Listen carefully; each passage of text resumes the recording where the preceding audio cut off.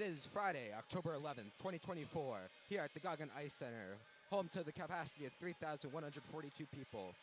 Today's matchup, Alaska Anchorage Seawolves against the Miami RedHawks. I'm your host for today's game, Aiden Sones, and we'll be covering today's game very shortly.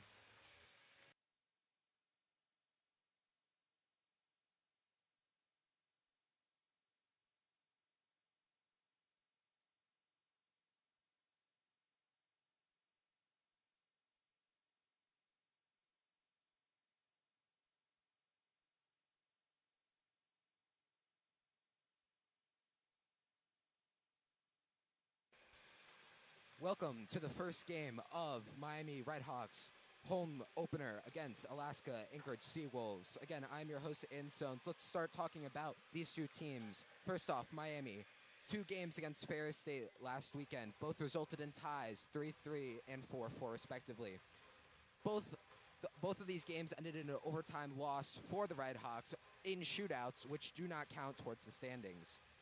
Shots on goal saw Ferris State win one of the matchups 37-30, while Miami won the other one 38-27.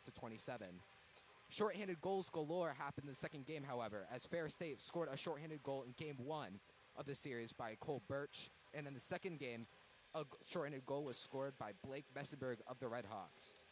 Miami is really efficient in these last 2 games with faceoffs, as they have won the faceoffs 41 compared to Ferris State's 27 in one game and 33 compared to 21 in the other. For the Alaska Anchorage, they faced the number 1 seed Denver Pioneers for 2 games, which both resulted in losses, 6-2 and 4-1. They've also lost in shots on goal, 38-12 and 36-25. The history of these two teams, we have that they played 3 times in the 1980s. This is in the NCHC, the longest drought that these two teams have faced off for this week's matchups. In 1987 was the last time these guys faced off, twice in Anchorage, Alaska. They have never actually played here in Oxford. They've only played here in a neutral site game here in Cincinnati. The history of these two teams also are not very fond of the RedHawks, as they have lost all 3 of these matchups against Anchorage Seawolves. Starting off on December 28th, 1986, the Miami RedHawks lost 1-2 in Cincinnati, Ohio. These next 2 games were in Anchorage, as the RedHawks lost 4-3 and 8-5.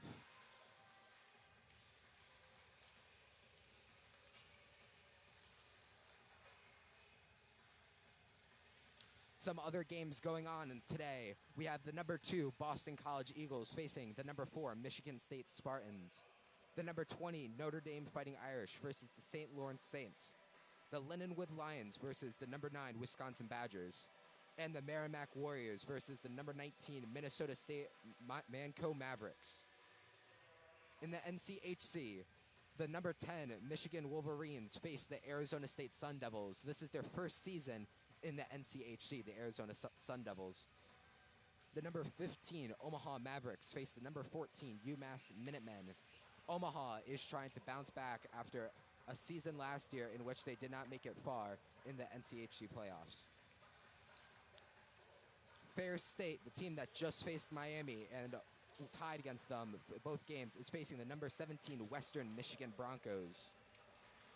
The Bemidji State Beavers are facing the number 16 St. Cloud State Huskies. And finally, the Northern Michigan Wildcats face the number 12 Colorado College Tigers. That wraps up the first part of the pregame show. I'm Aiden Sones, your host, and I'll catch you after this break.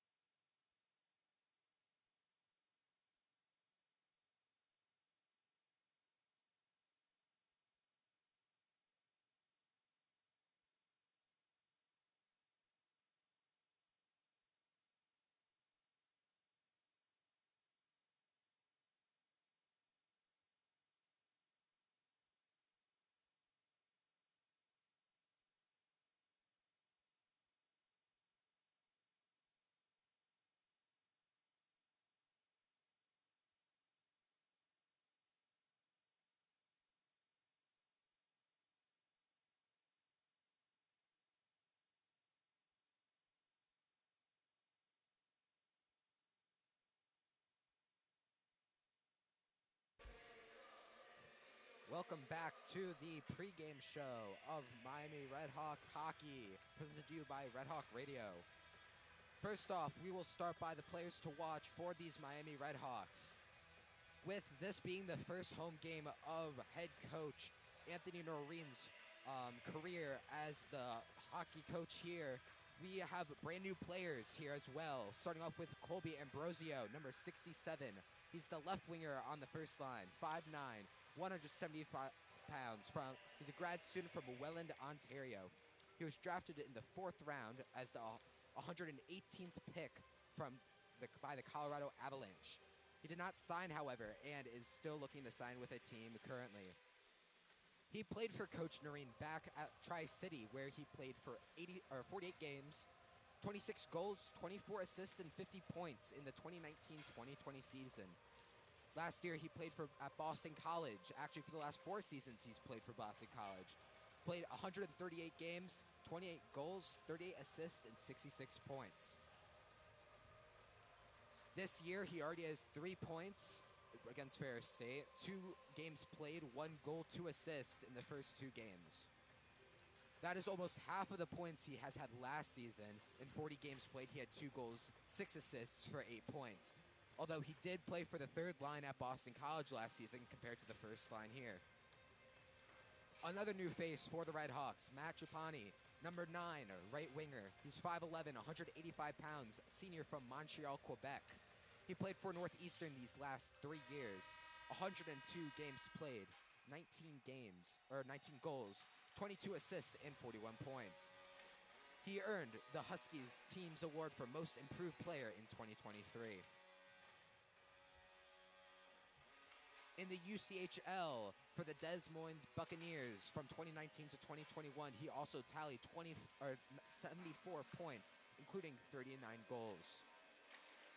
He was named the 2nd rookie all-star team in the USHL because of his career there. This year, he has also had 3 points, all assists, and it was during the Ambrosio, Trapani, Waldron line, which is the first line of this game. That is the best line, in my opinion, of this game, and everyone should look out because it's the most deadly out of all 4 we have.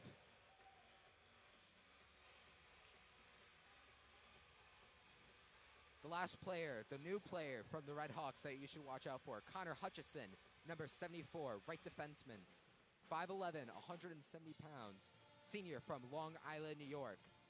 He played for the University of Vermont and Sacred Heart these last 3 years. At Vermont, he's played 6 games and 1 assist for 1 season. He has also played with Raymonds Vintalins of the Miami RedHawks as well prior to being a RedHawk. He played for Sacred Heart the next 3 seasons of his college hockey career. 73 games played, 7 goals, 27 assists, and 34 points. He was named Atlantic Hockey's all-academic team for all 3 years.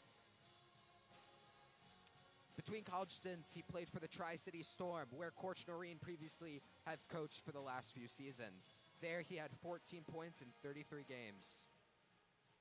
That wraps it up for the college hockey players that you should watch out for the Miami RedHawks. After this short break, I'll talk about the Alaska Anchorage Seawolves and the players you should watch out for on their squad.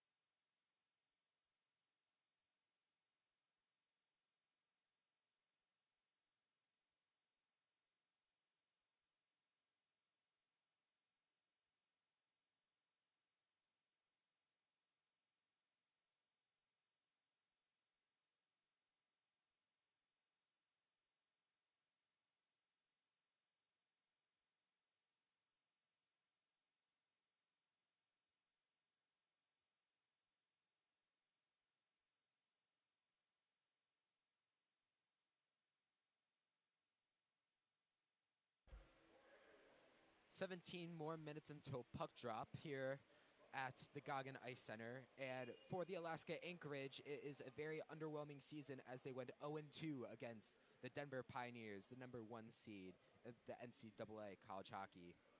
For the Alaska Anchorage Seawolves, it has the underclassmen taking charge as the two leaders for points for these Seawolves are both underclassmen, as one's a freshman and one's a sophomore. The underclassmen for this team has scored 6 out of the 7 points this year, starting with Joey Potter, number 3, the defenseman, 5'11", 185 pounds, sophomore from Cranberry Township, Pennsylvania. He played for Union College, 21 games played, 0 goals, 3 assists last year, but he already has a goal and an assist against number 1 seed Denver. Ryan Johnson, number 16, is a forward, 5'10", 181 pounds, freshman from Calgary, Alberta. He scored 47 goals and 43 assists in 108 games across 2 seasons, 2022 to 2024, for the New Mexico Ice Wolves of the NAHL. He was named the MVP for the Ice Wolves in the 2023-24 season and has 2 assists against number 1 Denver. Now for the keys of the game. Both teams are trying to claim their first victory as Miami got 2 ties against Ferris State. For Miami, they should play safe hockey, limit the amount of possession time that Alaska has, and we need the defense. For our goalie, Bruno Bruvaris, he has a save percentage of 0.919% and a goals against average of 2.77. He has blocked plenty of shots, but a plenty of shots is what Ferris State has, as Anthony Noreen has said in his interview a few days ago. Ferris State tied with the Miami RedHawks, not because necessarily they were the better hockey team, but they just shot more of the shots against the RedHawks compared to the RedHawks scored on Ferris State. For Alaska, they need to pull a Ferris State because that is one of the weaknesses Miami RedHawks has. They need to make a lot of shots, no matter the quality, and make big plays for high-risk, high-reward goals. 14:30 now left until puck drop, and we will be back after this short break.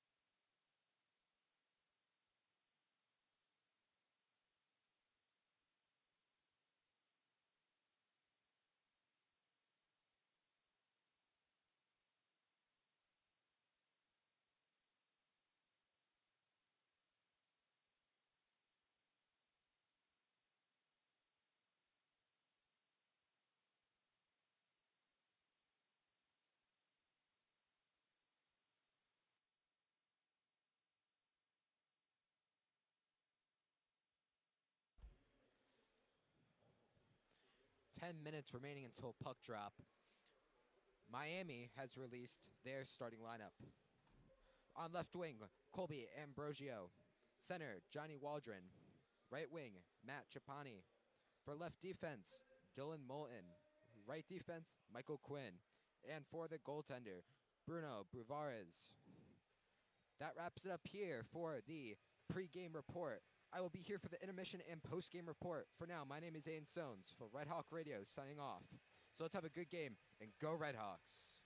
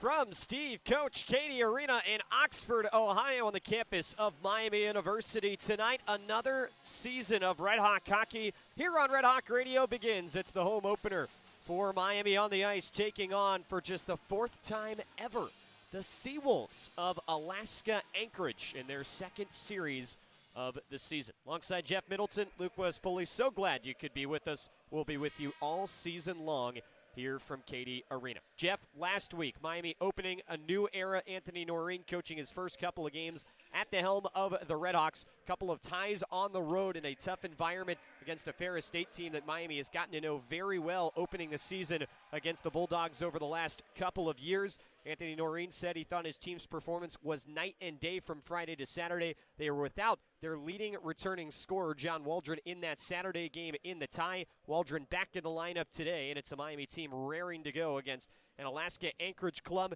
that faced an NCHC foe last week, and a pretty good one, getting swept at home at the hands of Denver. Yeah, and it's kind of a dichotomy between these two teams that Miami's faced. Like you said, they've gotten to know Ferris State really, really well over the time that they spent in the CCHA and then moving to the NCHC, but still playing them at least once every year. But Alaska Anchorage, the last time that these two teams played was 1986, 1987, and it wasn't even in Oxford. They played one game in Cincinnati and then the other two in Alaska. So we'll see how these two teams face off again tonight, but Like you said, the story this week was John Waldron. He was hurt, hit high in the second period of that first game, and then did not play in Saturday's game against the Bulldogs. But he's back in the lineup tonight. Skated in non-contact jersey on Wednesday, but was full participant in practice and morning skate, and obviously in the lineup.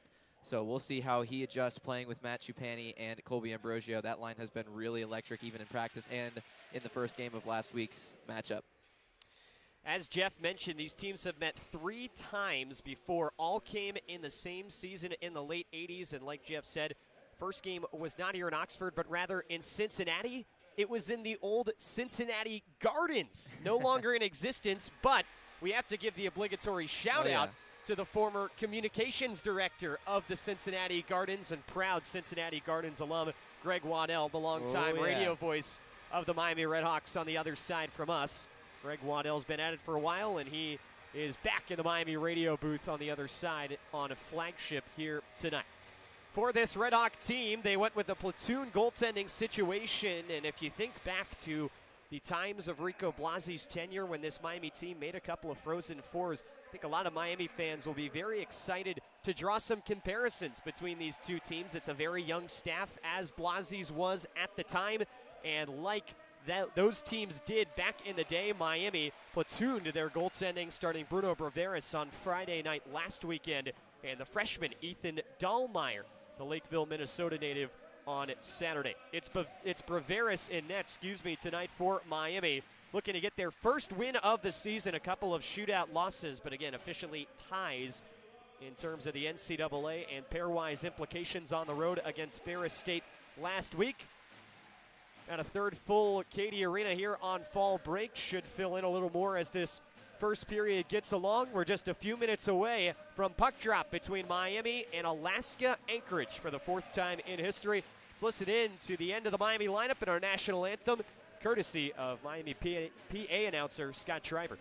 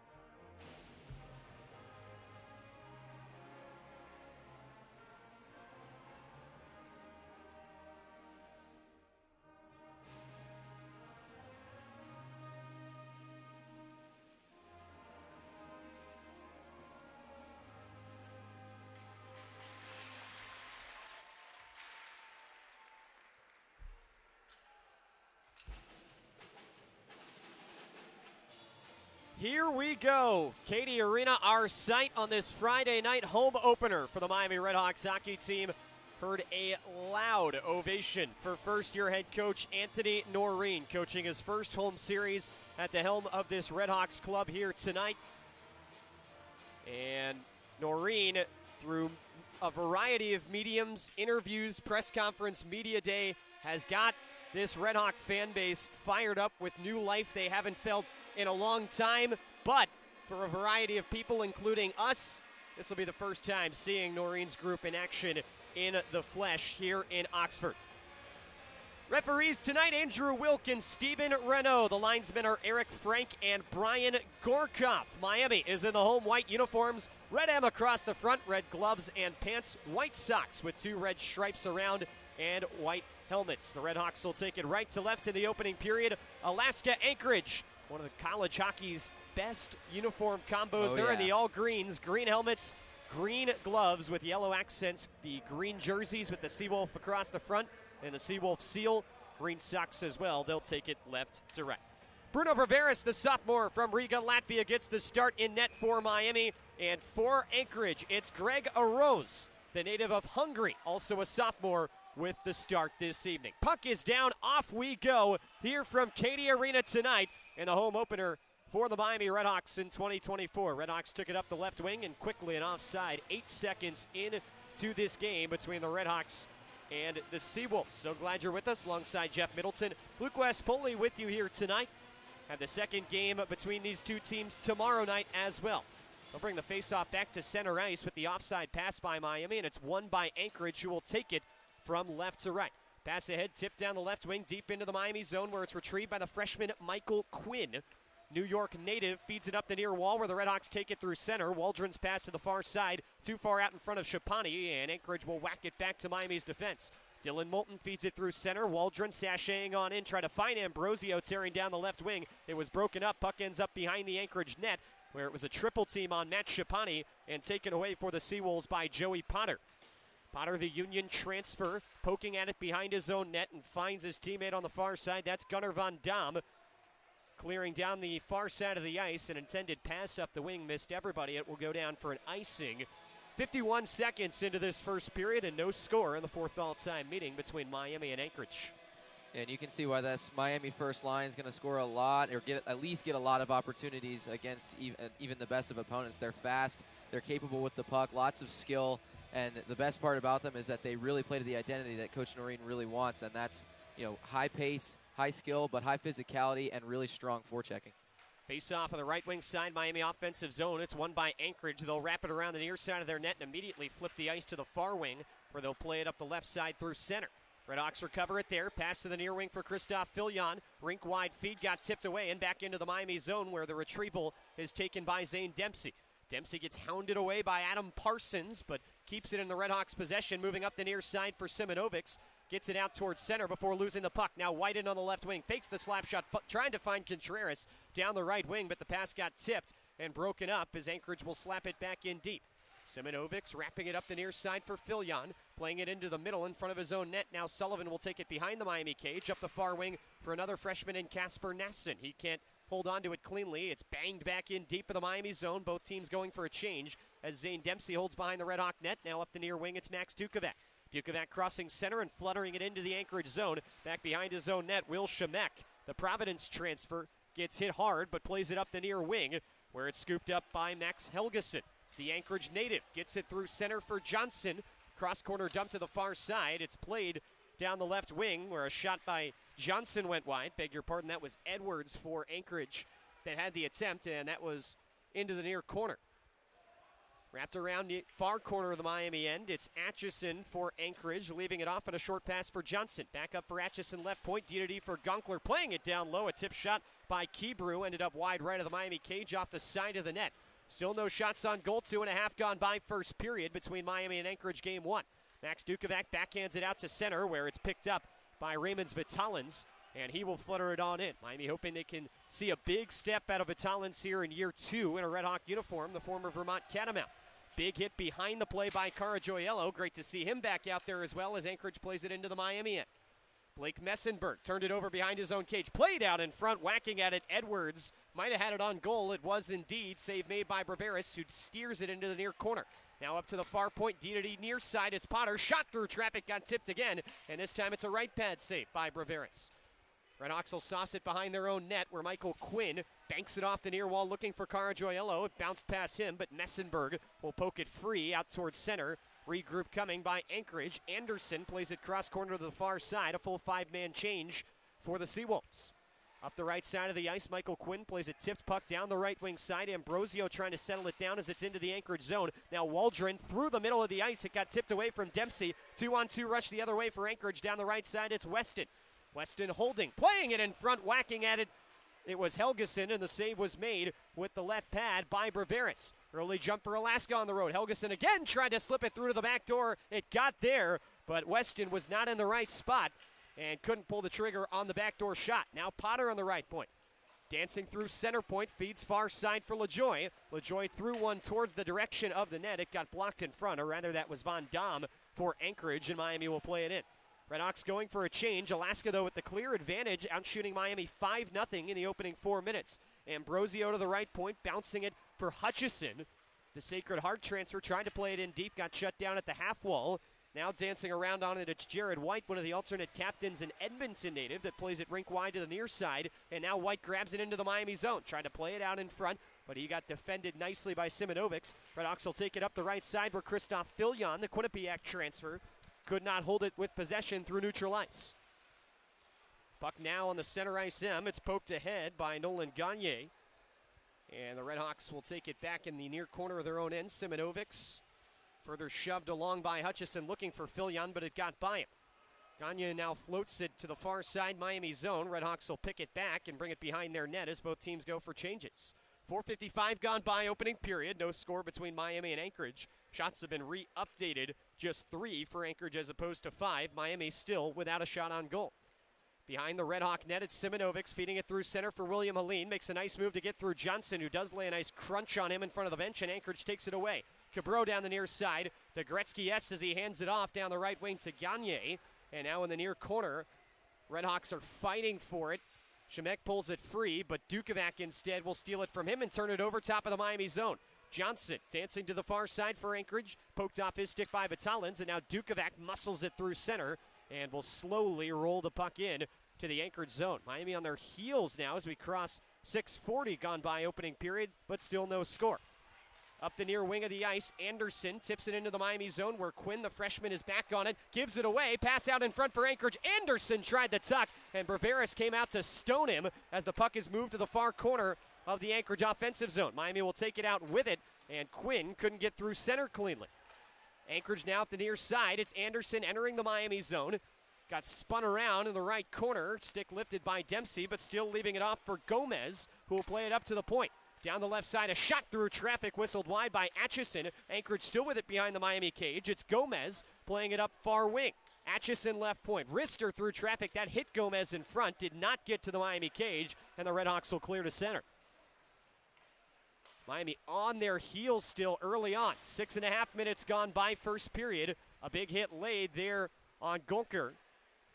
But Anchorage does get it into the Miami zone, but now the RedHawks will take it away. It's a 2-on-2 rush up the ice. The pass by Ambrosio off the skate of Chapani and into the Anchorage zone, where the RedHawks will take it in the left corner. Waldron tried to cut it back behind the net, and he got checked, but now we'll steal it back behind the Anchorage net, throwing it in front. Couple whacks at it by Ambrosio Chapani. Chapani now still whacking at it with the backhand in front, and just nobody got a piece of the puck there as it made it to the near side. Chapani now with it in a 1-on-2. Gets free to the far corner and plays it up right point for Hampus Reichquist. Faking, firing, it's tipped and high of the cage. Now play down in front, Chapani, bottom of the left circle, hit it off the crossbar. Woo. Best Miami chance so far. Yeah, top line as advertised for sure with that scoring power.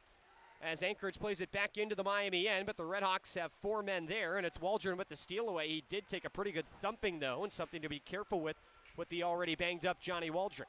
Pass down the near side, missed everybody into the Miami zone where Waldron takes it behind his own net and hands off for Hutchison. Playing it further up the near side, Nasson. Touch pass for Fillion, back for Nasson into the Anchorage zone.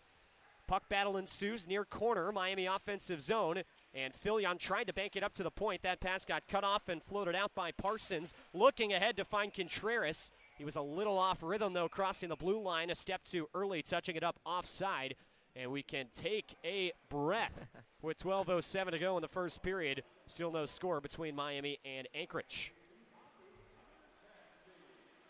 Yeah, phew, that was a lot at the same time. I mean, look, Miami, they have those little chances. Chupani, obviously, with the great shot just off the crossbar, and that's kind of the difference between that first line and the other lines that Miami has, is just the skill to create those chances when the puck is kind of bouncing around. And I think that's the biggest thing here is last week against Ferris State, there were a lot of mistakes that were preventable, a lot of mistakes that they made that ended up, it could have won the game, but they tied it because of, poor puck management or a puck bouncing just the wrong way. And that it's kind of felt like these first, almost 7 minutes, almost 8 minutes, I should say, have been that. A lot of missed passes just by an inch or two that have bounced right to the Anchorage defenders, and then they've kind of started their rush going up the other way.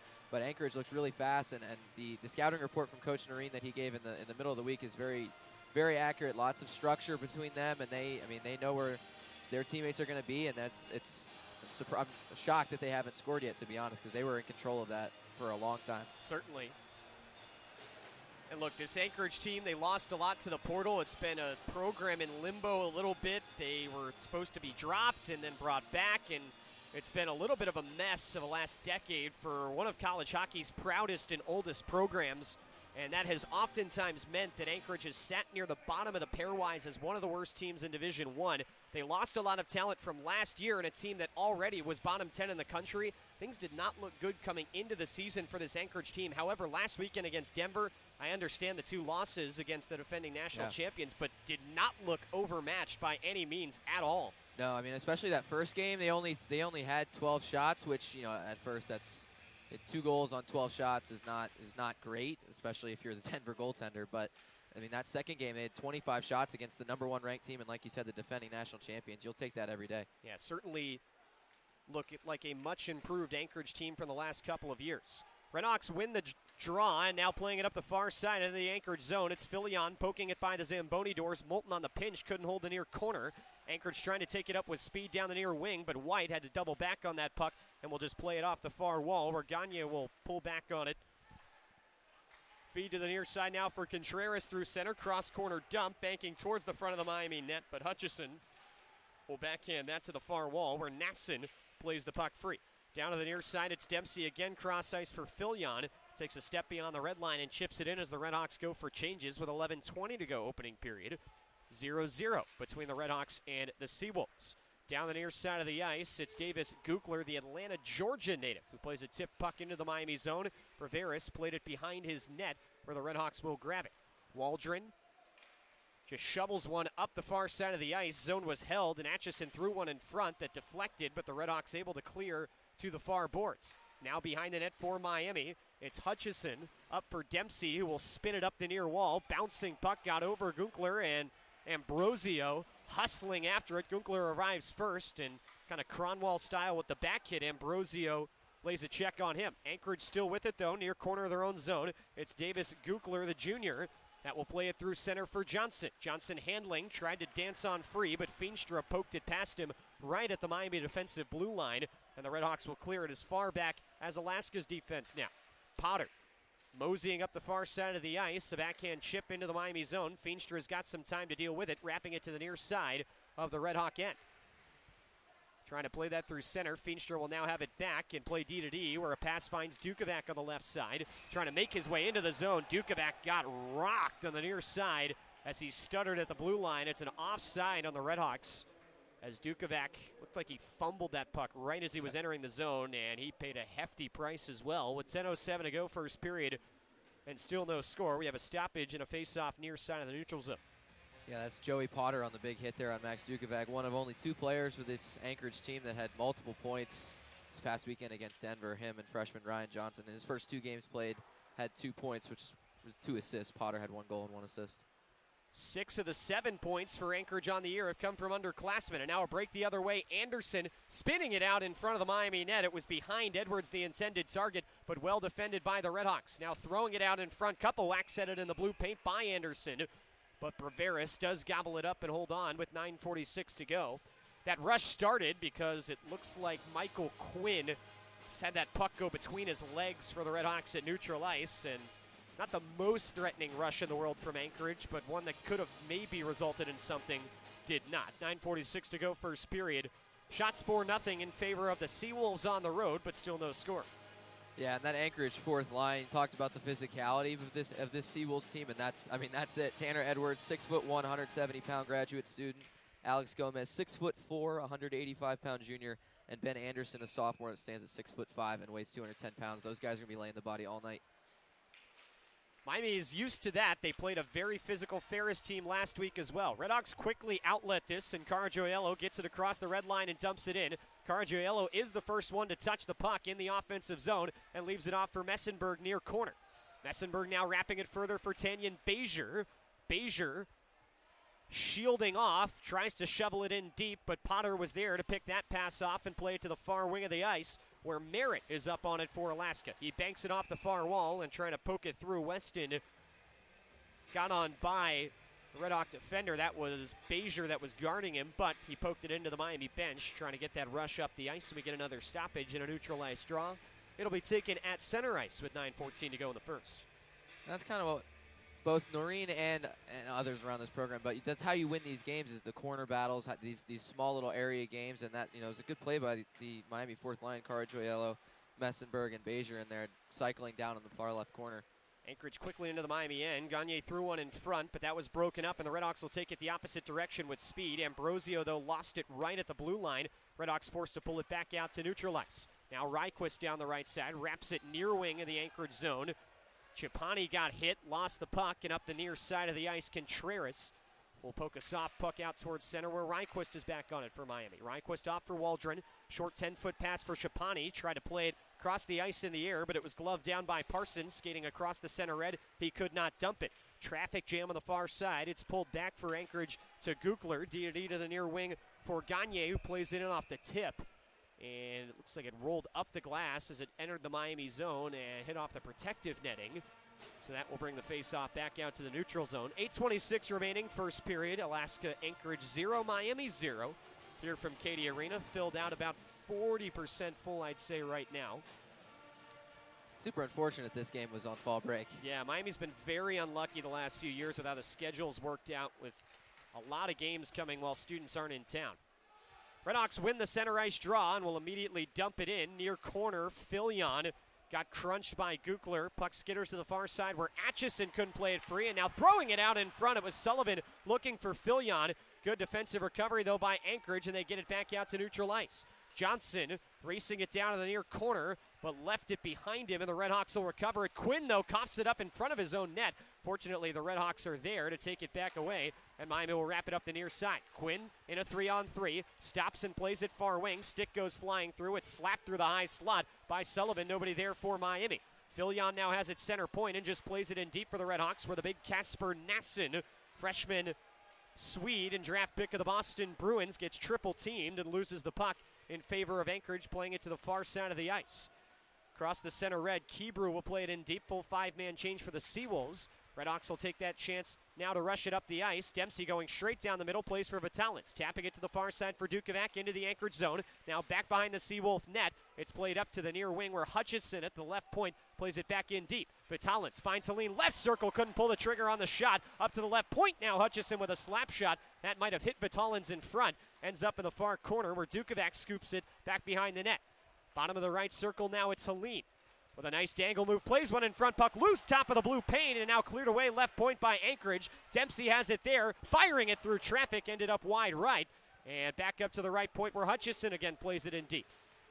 Vitalins trying to play some 1-on-2. He got thumped off that puck, and now Anchorage playing it up the far side. Good job initially to seal the wall by Hutchison, but reinforcements arrive, and Anchorage clears. Now a takeaway. Left point of the zone, playing it out in front. A swing and miss from Von Dam on that 2-on-1 chance that developed in a short amount of time. RedHawks will now pull it behind their own net, and it's Hutchison handling it and handing off to Dempsey as Miami goes for changes. Up through the center of the ice, top line back out, and it's Waldron playing it in deep past the center red for the RedHawks. Arose out of his net to get a stick on it, but Anchorage cannot clear, and Feenstra will just sauce one to the far side where Gagne now lifts it down the left side of the ice. It'll go down but short of icing, where it is picked up by Feenstra for Miami with speed all the way down the near side of the ice. Ambrosio tapping it back up for Feenstra. Puck out to the center ice M, where Shapani lost it in favor of the Anchorage captain, Connor Merritt, who golfs it in.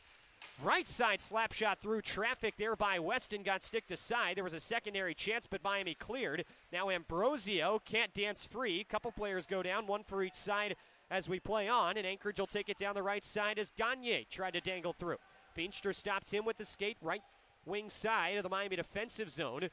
And now Ambrosio will skate it across the ice and get it out to at least center, where it's picked up by Moulton, and he skates it down the left wing. Moulton rips it in from the top of the left circle in the 1-on-2. Save made with the glove by Arose. Finally, the first shot on goal of the game. Do you believe that for Miami? With 5:23 remaining in the opening period and still no score. We've reached a timeout on the ice here from Cady Arena.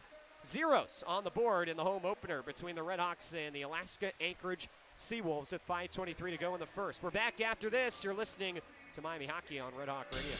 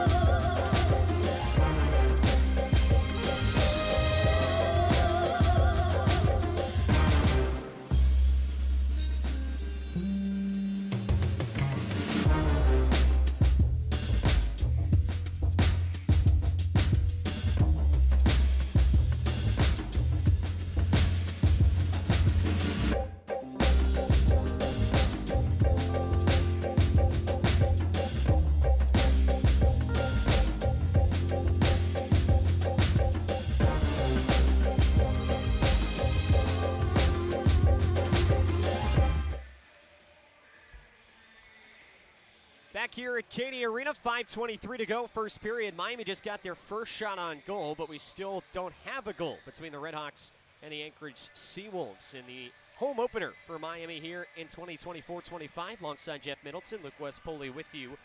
Face-off coming up. Miami's got their top line out. Left wing draw, offensive zone. Waldron, Ambrosio, and Chupani out for the RedHawks.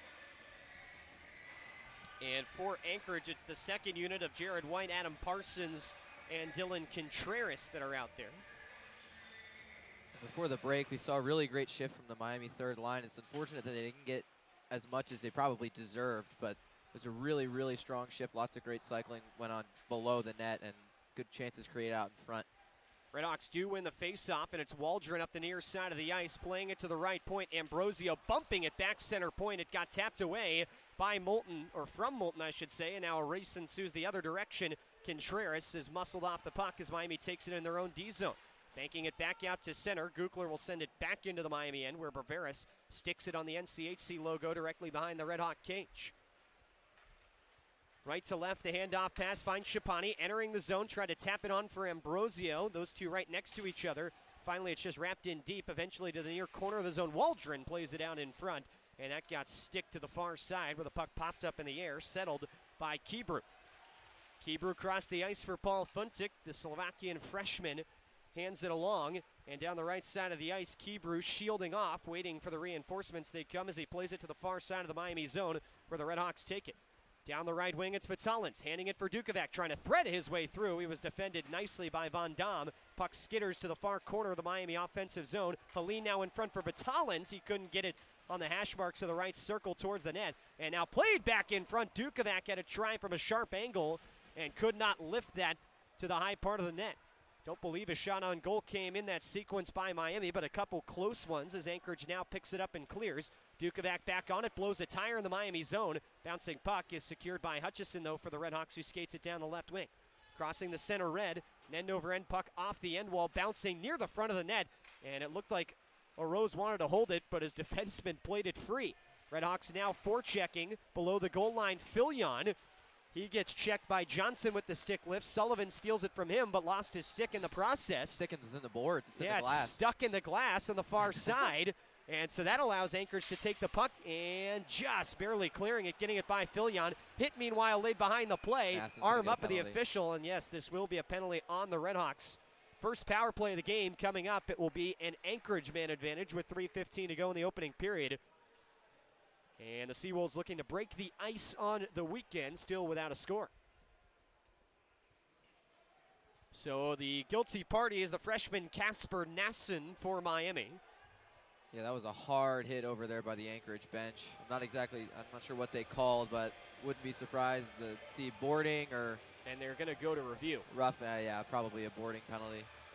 And again, we have to give our mandatory explanation from the rule change last year. I'll say lots of rule changes this year. Yeah, rule changes this year, but last year the rule change implemented reviewing penalties. You can give a standalone 5 without a game misconduct. And so now the officials will go to the monitor to look at this hit by Casper Nassen. It was not announced over the PA, and there was no signal given either that I saw, so not even really sure. You would presume, based off how that hit was laid, that it would be something like a boarding penalty on Nassen, but there was no indication as to what that call actually was, just a penalty of some sort on the Nassen hit, and now the officials are at the monitor.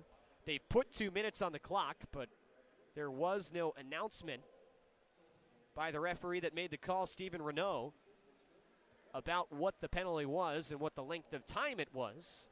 And now the officials are at the monitor. They took a pretty quick look, and we're going to get the announcement.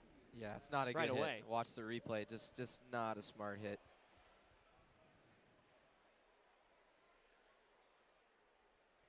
Be a checking from behind, I believe. Yep.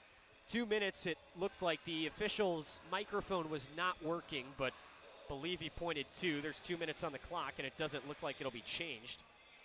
Yeah, and just not a smart play from Casper Nassen. I mean, he's been really good since arriving here in Oxford, but Ryan Johnson's on the boards. He flips the puck out with the backhand, and he's still facing the boards. Numbers are clearly showing, and Nassen just takes a run at him. Not a smart penalty to take. The special teams last weekend for the RedHawks were strong, so we'll see how they come in on that area of the game this weekend. Having a little bit of a scoreboard malfunction. They keep putting the penalty up over and over again, and it's reading 2:0, single 0, not double 0, so they're trying to get that worked out.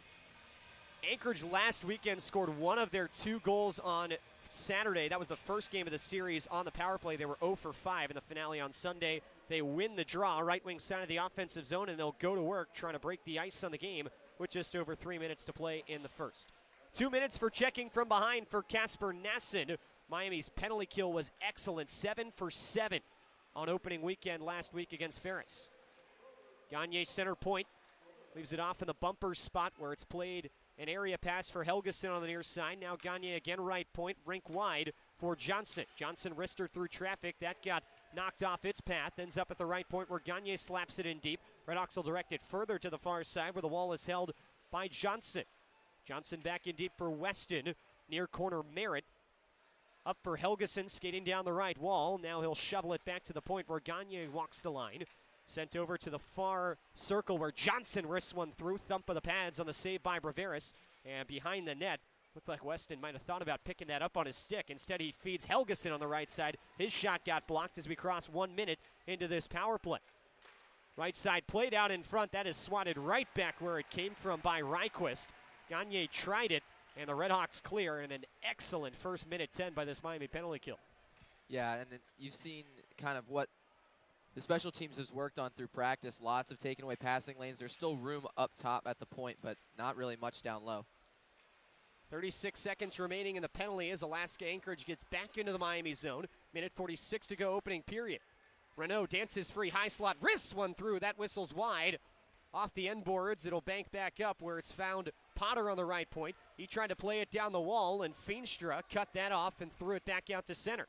Potter now with speed, shuffling his feet across the center M down the left wing side of the zone. He will make a full circle in the right corner and throw it in front, and now Feenstra is hauled down after intercepting that pass. That will be a penalty, and Anchorage touches up with 8 seconds left on the penalty to Nasson.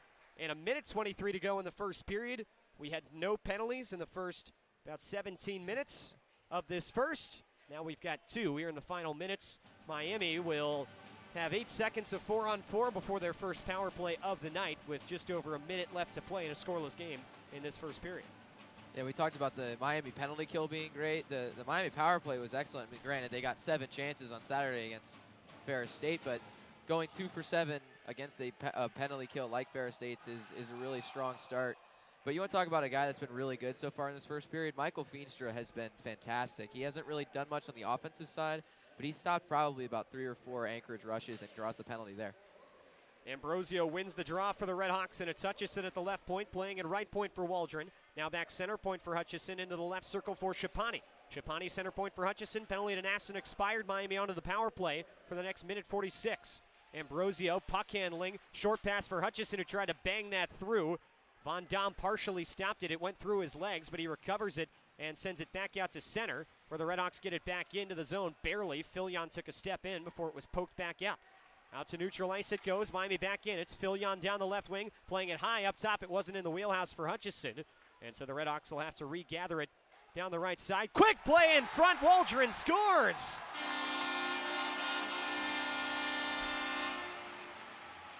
In the blink of an eye, that puck went right point to right corner to slot, and Johnny Waldron pounds it home. Welcome back to the lineup. His first goal of the year for Miami's leading returning scorer. And with 42.9 seconds remaining in the first, it's a power play goal for the RedHawks to take a 1-0 lead. Yeah, you want to talk about a quick play there, and that's exactly what you're looking for on the power play. Just quick puck movement. Hutchison to Ambrosio, down low to Christoph Filion, the former national championship with Quinnipiac, and he finds Waldron with a perfect pass to the slot, and Waldron fires it home. Just great puck movement on the power play.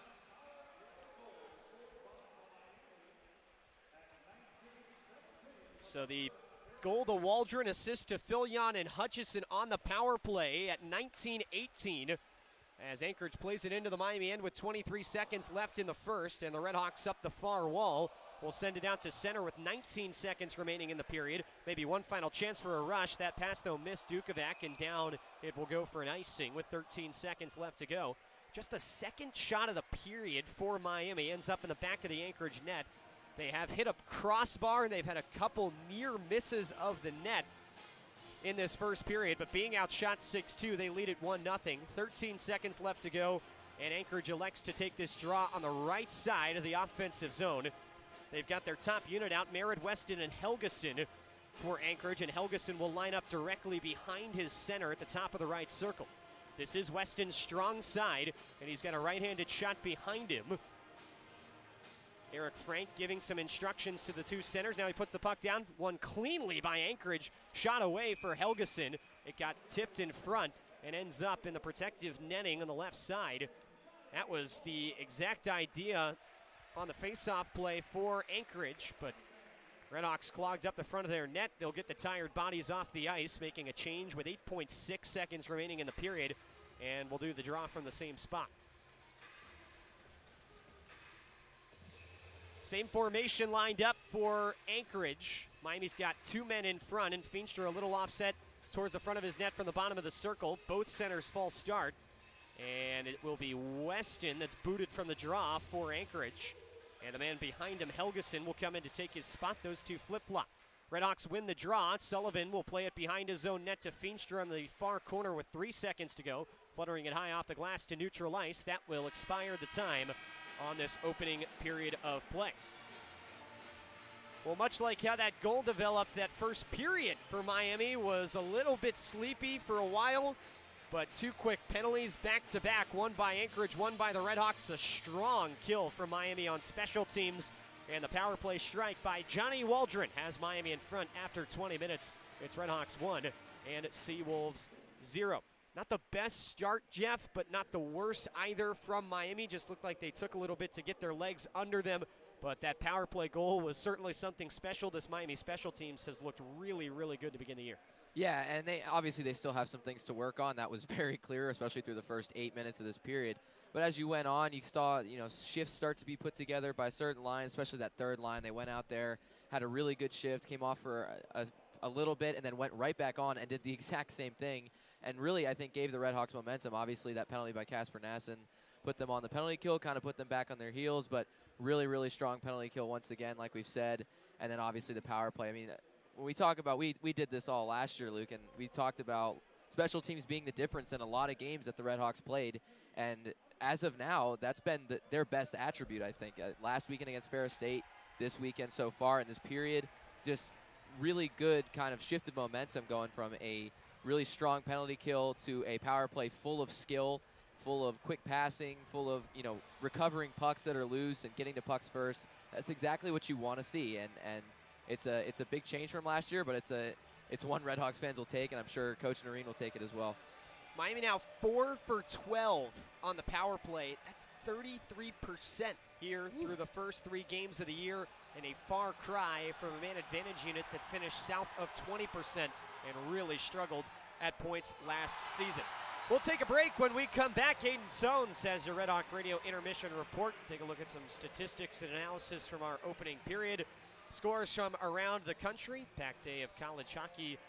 Love to see that. Yes. Just love to see yes. it. And preview the second period as well. That's on the other side of the break. After one period from Cady Arena in 2024-25, it's Miami 1 and Anchorage 0. Stay with us. You're listening to Miami Hockey on Red Hawk Radio.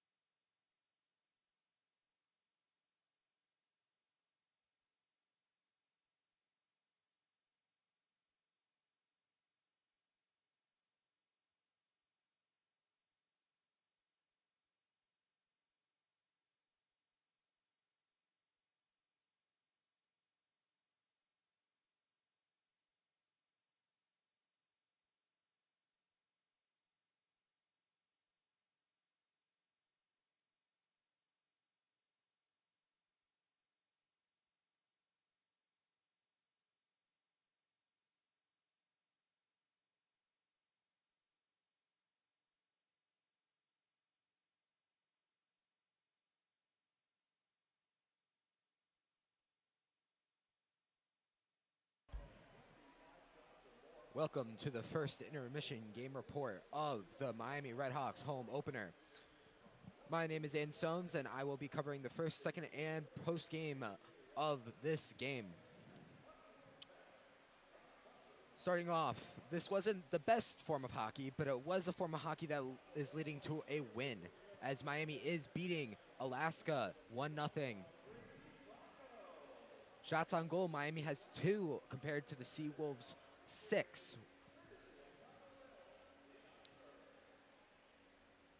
For the RedHawks, Johnny Waldron, number 17, scored the only goal on a power play, assisted by Christoph Fillon and Colby Ambrosio.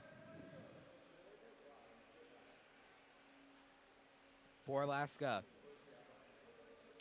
shots on goal, we have Max Helgeson leading with 3, tied with Ryan Johnson.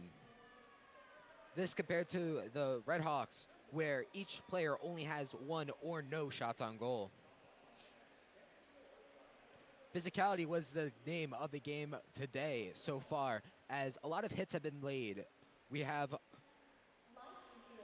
Casper Nason drawing a penalty for the RedHawks from checking from behind. And overall, even though hits are not measured at this level of the game, you could definitely notice a lot more grit onto the ice this game. Going around the league, number 2 Boston College is currently beating number 4 Michigan State 3-0. Rensselaer RPI is tied with Canais right now at the end of the first. Also at the end of the first, Niagara and Clarkson tied 0-0. Colgate is beating Sacred Heart 3-0 also at the end of the first, as well as UConn is beating Holy Cross 1-0.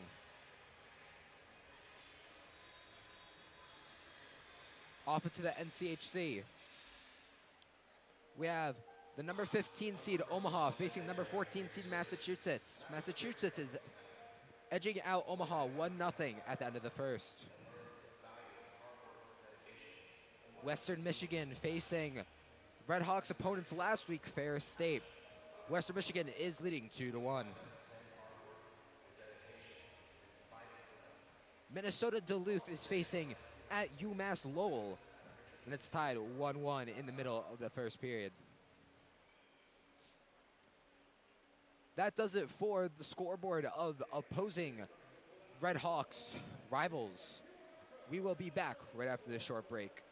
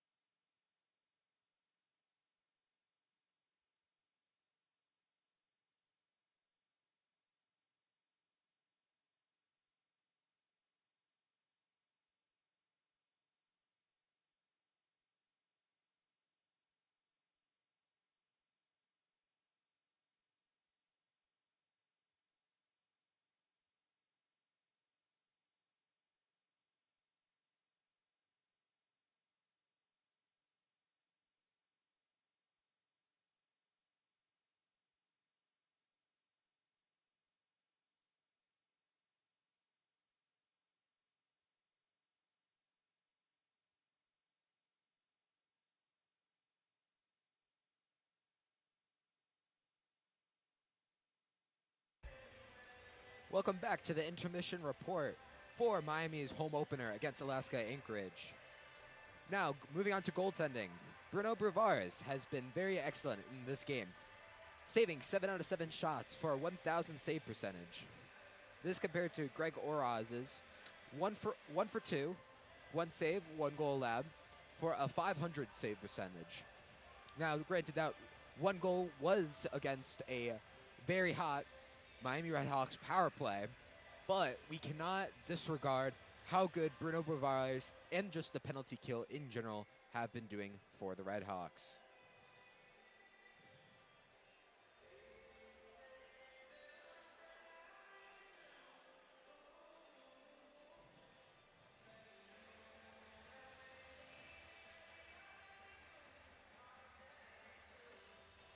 for face-offs. Both teams have won and lost 7 for 7, which is a little surprising for the Miami RedHawks, who have been hot as the face-offs are their name of the game. They have won most of the face-offs, about 3/4 of it, against Ferris State, compared to Alaska Anchorage, who have not fared well against number 1 Denver in that category. About 4 minutes remain of the first intermission, so this is going to wrap up the first intermission report. I will be back for the second intermission report and the post-game report here on Red Hawk Radio. Sending it back to Luke for the play-by-play.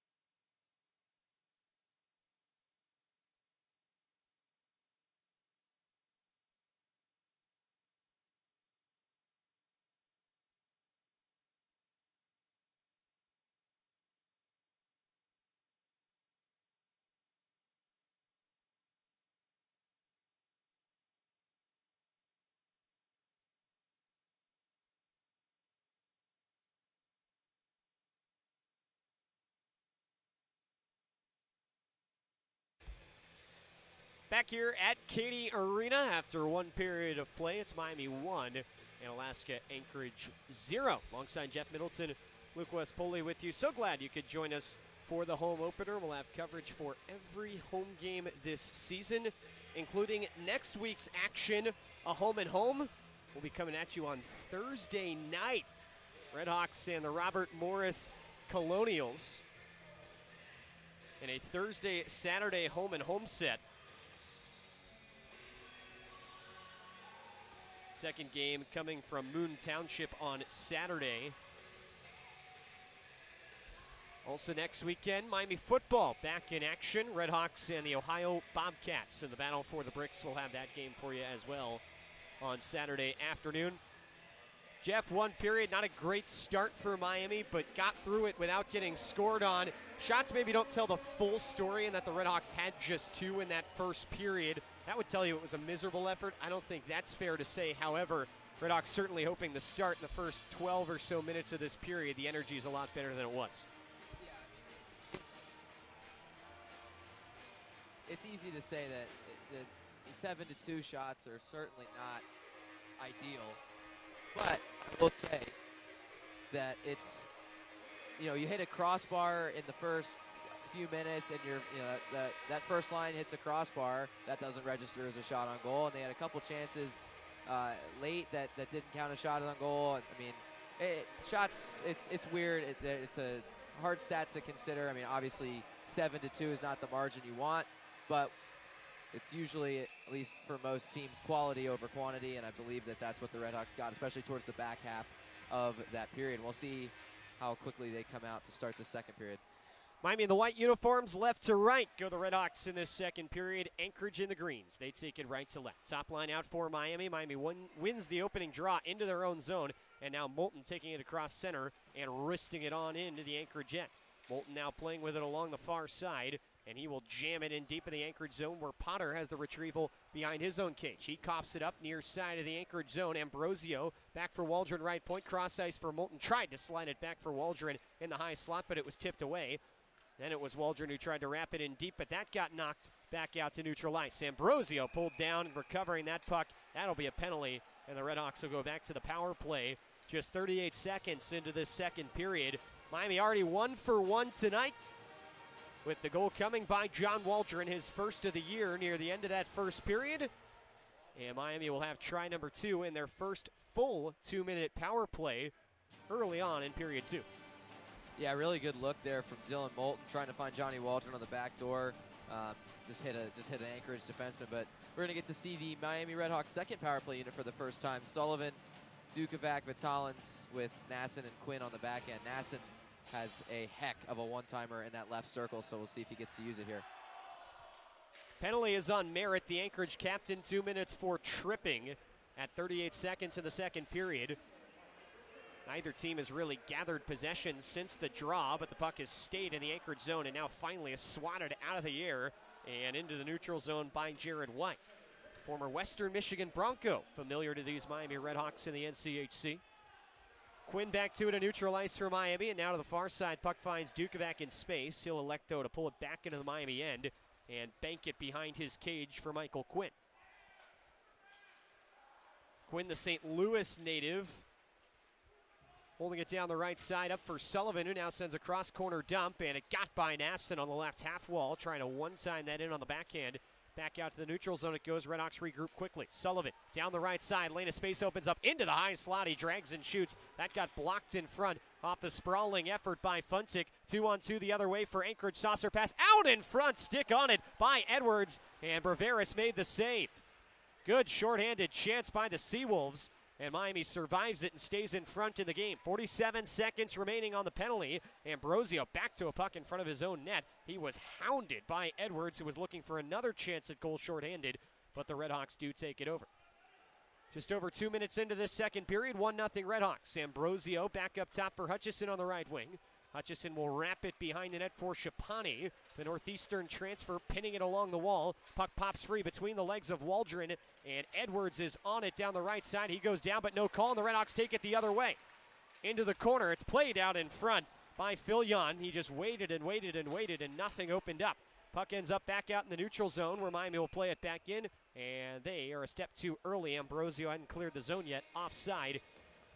With 17:30 to go in this second period, 9 seconds remaining on the minor penalty to Connor Merritt, the Northern Michigan transfer. And Miami still leads at 1-0. Yeah, I thought Philyon might be a little bit more aggressive with the puck there. Had a lot of space, but decided to take it a little bit farther away from the net, try and open up a passing lane. That Ryan Sullivan chance, too. He was wide open in the slot. Nobody was there, but Anchorage defender ended up blocking it. Really good chance for that second unit, despite not being able to set up anything. Feenstra has it, right point of the Miami offensive zone. Off for Messenberg, the one-timer in the right circle is gobbled up by a Rose, and he holds on as the penalty expires. 17:18 to go at time of the stoppage in the second period. Miami up 1-0, and now we skate 5 aside. Face-off coming up right wing of the offensive zone for the Redhawks in their fourth line of Carjoyello, Messenberg, and Baser out there. Yeah, I think that's a really good play from this fourth line. Messenberg with a quick shot as the power play is expiring. Just try and get your guys an offensive zone face-off draw and give yourself a chance. Caragiuelo hands it off for Messenberg behind the Anchorage net. Messenberg gets pinned into the end wall by Johnson as the puck rolls to the far side. Bodies flying all over the place, and eventually it rolls free for Feenstra. Center point one-timer hit up in the upper body of Van Dam with a block shot. Other way going Anchorage, it's Johnson tearing down the left wing. Drop pass for Cabreau. He gets twisted around at the left point just inside the zone, and the puck flies back out to neutral ice. A little bit of a scuffle there between Caragiuelo and Cabreau. Awkward hit, but Caragiuelo is not a fan of a little shot that he got afterwards. And Dempsey's going to get a penalty here. He tripped up Kebrew, and Miami will touch up on the far side. Chris Kamal, assistant coach for Anchorage, was beside himself at that last play on the far side, just screaming at the official. And it was at that point when the puck was chipped into the Miami end that Dempsey just got his arms wrapped around, and he will be called for the holding penalty. 16:34 to go, second period, and Anchorage will go to the man advantage. Face off on the right side, Alaska Anchorage trailing at 1-0, and a wrister through traffic is pawed back out center point. Johnson tries the one-timer from the left circle, and he fanned on the shot, ends up at the end wall. Below the goal line, Merritt, the Anchorage captain, to the far corner for Helgeson, the Anchorage native. Reverse back to the near wing. Johnson, a shot through traffic, hit Ryquist in front, but still missed the net by inches down the right side. Anchorage still with it, puck alive on the right side. Helgeson's cross ice pass behind Johnson and off the sidewall and out to center ice. These Seawolves will have to regroup. Anchorage 0 for 1 on the power play today. Their one chance abbreviated after they took a penalty late in the first. Miami scored then on the ensuing power play. Puck dumped into the Miami end where Moulton tried to just rip it back out and rolled up the glass and into the protective netting out of play with 15:52 to go in the second period. RedHawks lead at 1-0. Minute 18 left on the holding penalty on Zane Dempsey. And a face-off coming up for Anchorage in the offensive zone on the left wing side. Yeah, one of these common themes you'll see with this RedHawks penalty kill, it's a little bit different from last year, is these wingers will come up, they'll attack the point, and they'll do a little bit of a sweeping motion towards the outside, forcing the defenders to, instead of forcing it inside, try and go outside or try and find their teammate along the wall. It's just a different way to approach it, and it's worked so far. Anchorage wins the draw, and it's Johnson, cross ice feed, looking for Contreras on the back door. He fanned on the shot, and now Miami pokes it free, and stretching it up ahead, it finds Messenberg, who's on a breakaway, firing it in, save with the shoulder. Messenberg still poking away as the whistle blows. Puck is frozen. Shapani laying into a couple of Anchorage defenders that were back there. Potter, one of them, who's been pretty physically involved tonight. Kebrew and Shapani exchange words, but Blake Messenberg catching that stretch pass with a shorthanded chance, and he gets stoned by a Rose. 58 seconds remaining on the penalty to Dempsey. 15:31 to go in the second period, and still a 1-0 hockey game led by Miami. Yeah, Messenberg had a shorthanded goal last weekend against Ferris State. He had 2 goals, 1 in each game. We're looking for his 3rd goal of the season tonight, but just a good save there by a Rose. RedHawks win the draw in the offensive zone, and Hutchison's wrister from the right point tipped into the protective netting, and so we'll do another draw with a few seconds elapsed. 54 seconds remaining on the minor to Dempsey for holding, and Anthony Noreen in that last stoppage was making it pretty clear to the official that he thought there should have been a call on the other end about a holding later on in that play. Try and get as much advantage as you can, right? And Noreen currently walking up and down the bench, barking at his guys as Anchorage wins the draw and takes it through neutral ice. Potter had it pulled off his stick, and Feenstra will knock it off the far wall and out of the zone. Johnson wants it near wing and has it, but he's closed off by Hutchison as he enters the zone, forced to dump it in deep. Contreras pasted against the end wall by Feenstra. Puck free for Filion down the right side, and he clears. Miami goes for changes with 22 left in the power play. That's just another great play by Michael Feenstra down low. He's just been on it tonight. Just great stick work. Potter skates by everybody, wristing one in from the right side. Shoulder save by Riveras and holds on. And now some extracurriculars as Caragiuelo is all over Tanner Edwards.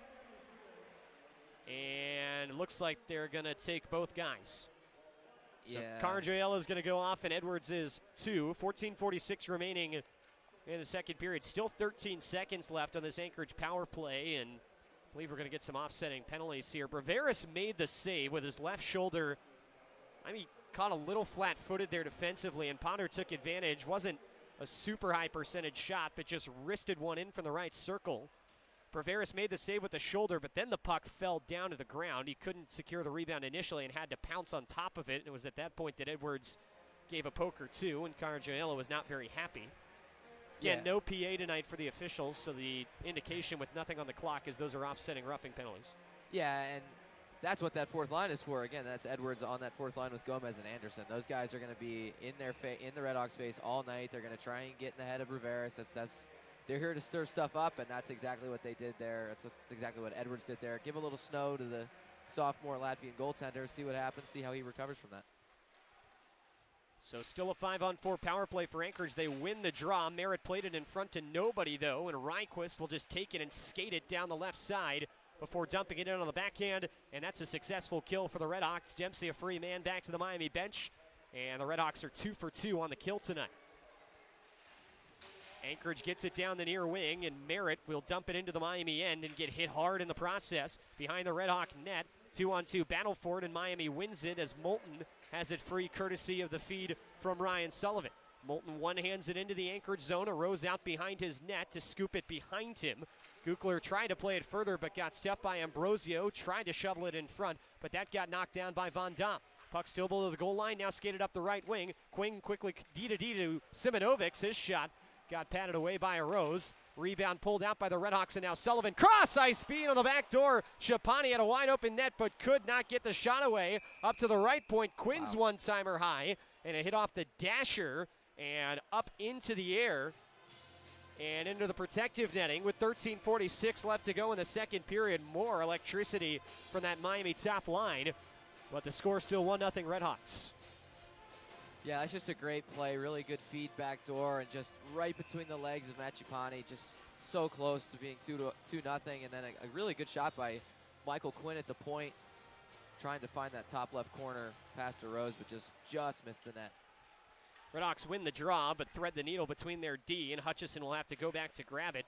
Miami tried to work the far end of the ice quickly, but the feed ahead for Vitalins missed him, and Anchorage will take it up the near wing now. It's Gomez playing it in on goal in the dump-in attempt, as Braveris steers it to the right side where Hutchison played it to the edge of the zone but not out. Miami will then grab it there, and it's Vitalins down the right wing side, handing for Dukovac with a quick dump in. Touch pass behind the net, and faking on it. Gagne will now play it, to the left point before Dukovac grabs it, fires it right back in.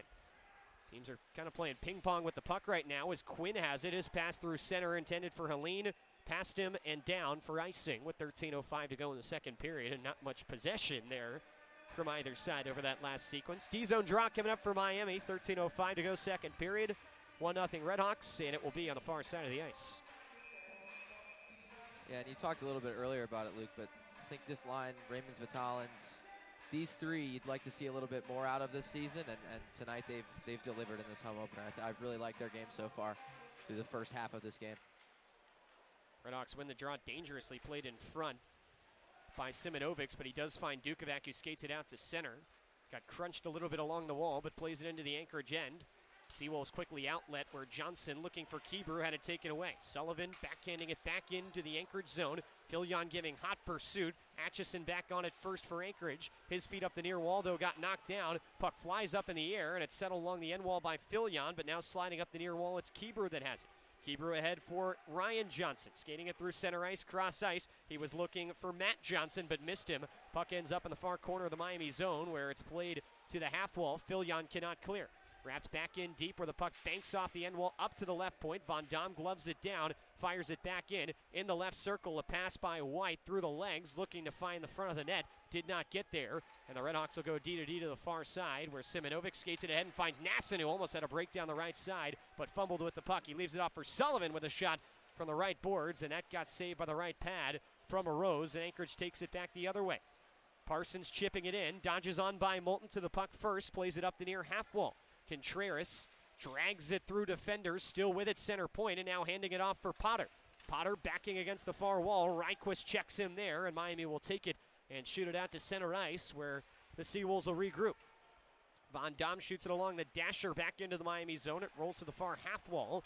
Anchorage trying to play it up to the point. Contreras from there will rip it back in deep. Von Dam pinching in from his point on the left point, and will play it behind the Redhawk net for Ryquist to back up on for the Redhawks. Ryquist clearing attempt, again knocked down at the right point this time, and Potter's wrister got blocked with the right skate by Waldron.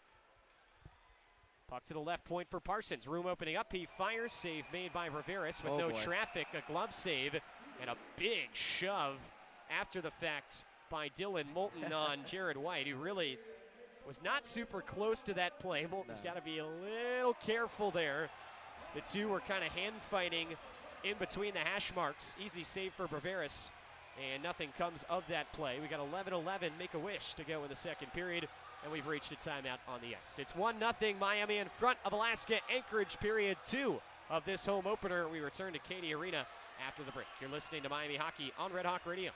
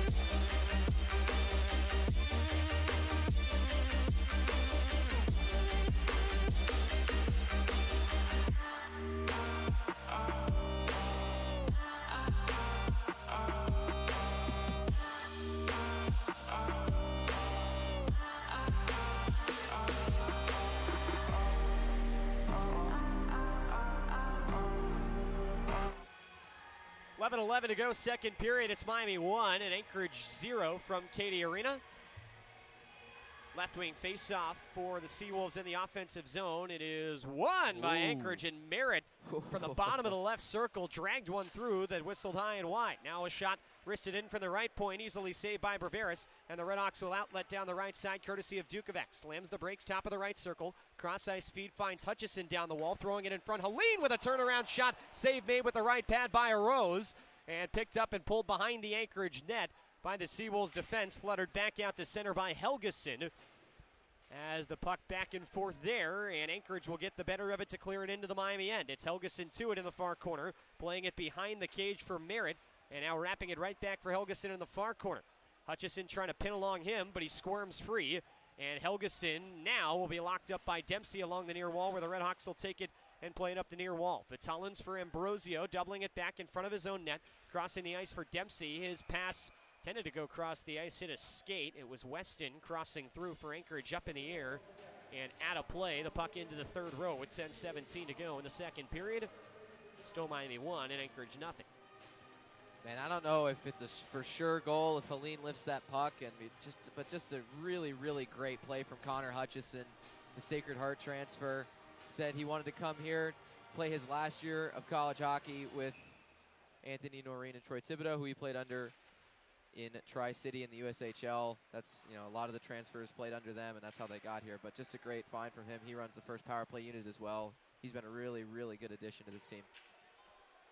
Redhawks have it in their own zone, and the pass out intended to get out of the zone is gloved down by Edwards. Tried to find Gomez high slot, but couldn't kick it to his stick cleanly. And puck ends up along the half wall. Waldron sends a bouncing puck through center, where Ambrosio chops at it and gets it up to the Anchorage defense. Shemek plays it through, and now a cross-ice feed.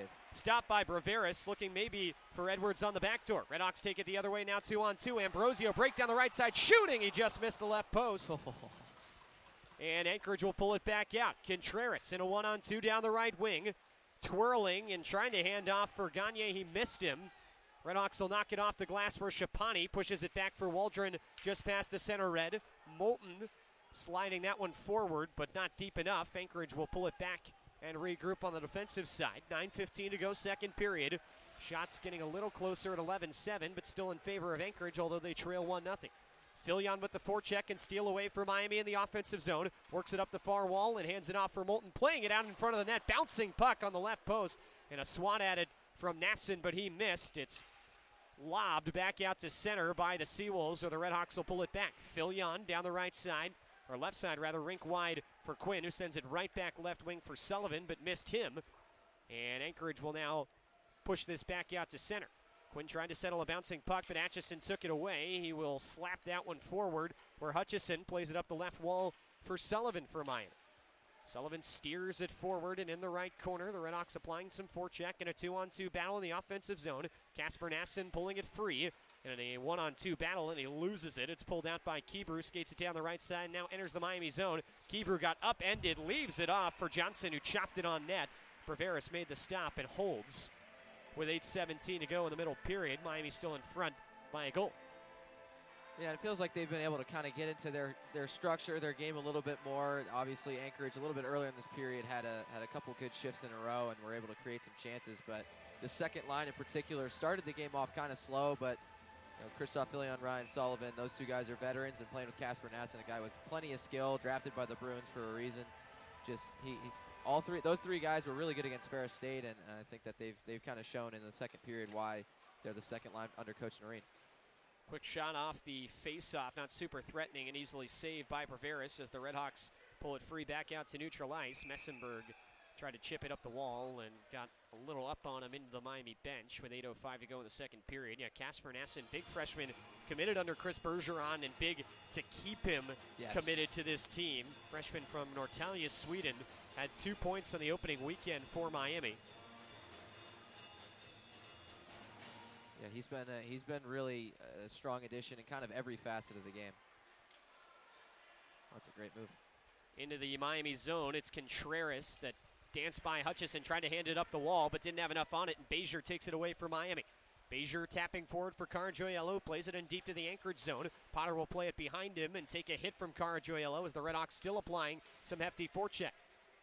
Puck tacked along the end wall where Contreras pries it out and skates it up the far wall. And now a rink-wide feed finds White in space, who will try to send that up the left side, but Von Dam got hammered, and Reichquist will take it away from him. Feed up the near side, Dukovac skating it down the right wing into the Anchorage zone. Down the far side of the ice, rip on by Vitalins. Save made by Arose. And puck still in the far corner now where it's tapped up to the half wall. Helene off for Vitalins. He gets met up there by Shemek, and now behind the net, Helene got spun around with the hit by Potter as the puck skitters away. Helene back to it, though, finds Shapani with a shot from the high slot. Save made, rebound out, and a whack at it by Vitalins, but it did not end up on net, and Anchorage clears as White skates it through center and will shovel in. 6:56 to go, second period, still 1-0 Miami. Turnover by the RedHawks near side of their defensive zone. Merritt will play it in deep. Simonovic's trying to get it back out, up to the left point. Shemek sends a shot through traffic, two whacks, now a third at it on Breveris, all by Helgeson, and Breveris stood tall. Miami again try to clear it out the left side of the zone, and they can't. Held in at the left point by Shemek, and the RedHawks will skate it down the left side, and Reichquist will now finally spin it across the center M. Give Miami a little room to breathe, but not for very long, as Merritt plays it back into the RedHawk end. A jump here for Anchorage. Rister from the far side by Helgeson got blocked in front. And now Helene plays it all the way across the ice for Shapani. Threading it through the center of the ice. Waldron couldn't handle the pass. Merritt pulling back on it. A little bit of extracurricular behind the play. As now a collision out near center ice sends Weston tumbling, and the RedHawks will take it into the Anchorage zone. Fillion tried to handle it, but it was poked free in the high slot by Shemek. And back on it, Quinn missed it in the near corner. Now Waldron throwing it in front. Fillion whiffed on that tip attempt in front. Nasson shielding off behind the net, tried to hand off for Fillion in the left circle, but that got broken up and now lobbed all the way down the ice, and it will not be icing. Quinn back to it for the RedHawks as he got to that just a step too early. Pass up the far wall. Fillion turns it over, skating down the left side, trying to dance in front. Edwards did not dangle his way free. RedHawks will push it behind their net, and now up the near wall where Nasson gets thumped. Puck ends up skittering onto Breveris, who sticks it aside. Now he's without the paddle, And into the Miami net. He gets it back as Anchorage takes possession again. And Anderson shot from the top of the left circle into the breadbasket and held by Braveris with 5:15 to go in the second period. And still a 1-0 hockey game. We've seen in spurts a little more up and down play than a lot of the choppiness that you expect out of early season hockey from these teams. And the latest up and down results in a Bruno Braveris save to bring us to a stoppage with 5:15 to go in the second. It's still 1-0 RedHawks. We'll take a break here on Red Hawk Radio. You're listening to Miami Hockey.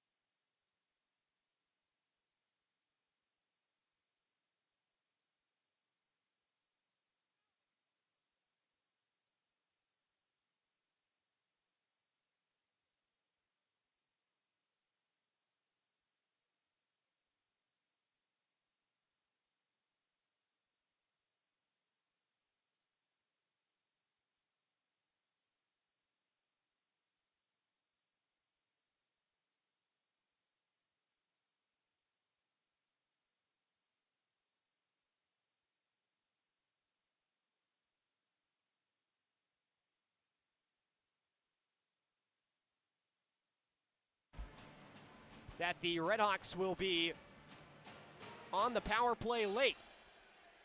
Yeah, this is just a great shift from every single party involved. That was every single line was contributing. That first line obviously using their skill to get Simonovic that chance, but now it's time to see if they can get another late goal on the power play.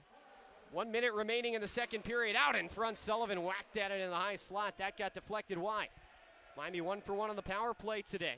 1 for 2, I should say. And now into the far corner goes Nassing.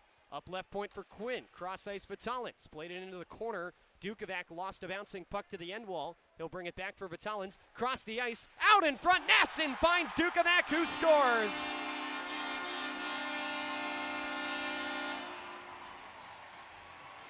From the left point down to the right back door, it's Max Dukovac for Miami. His first goal of the year, the second late power play goal in 2 periods for Miami, and they lead it 2-0 with 39.8 seconds to go in the second. Over the course of this second period, I mean, you've just seen this, not just the power play, but the puck movement's been so much better from the RedHawks. And this power play, the second power play unit especially, has been really good. I know the first power play unit scored the first goal, but man, Kasper Nassing really operating from that left side for the RedHawks. He's been a super useful asset to have over on that side. Great pass in front to Dukovac. Anchorage now taking it into the Miami end, and Renault's shot from the left side got knocked away, and it's Cardroiello skating it down the right side of the ice and chipping it into the Anchorage end with 20 seconds to go. It's Dukovac from Nassing and Vitalins at 19:21. 2 goals for the RedHawks, both inside the final minute of each of the first 2 periods. Johnson down the left side with 6 seconds to go, fires a sharp angle shot in. It's easily handled by Riveras with 4.3 left to go in the second period. Shots were evened by that goal. They're now back in favor of Anchorage by 1, 15-14. But you get the idea. It's 2-0 Miami. And a left wing faceoff coming up for Anchorage. They'll elect to keep a Rose in the net. Little too much time on that clock to pull him here late in the period. But they'll have a chance to get a shot away off the draw, and they have done well to get shots off on faceoffs tonight. Miami will send their top line, and John Waldron will try to win this faceoff with 4 seconds left. Is the weak side for Johnson taking the faceoff, and he loses it for Anchorage. Ends up in the near corner where Hutchison will make sure it stays there as time expires on the second.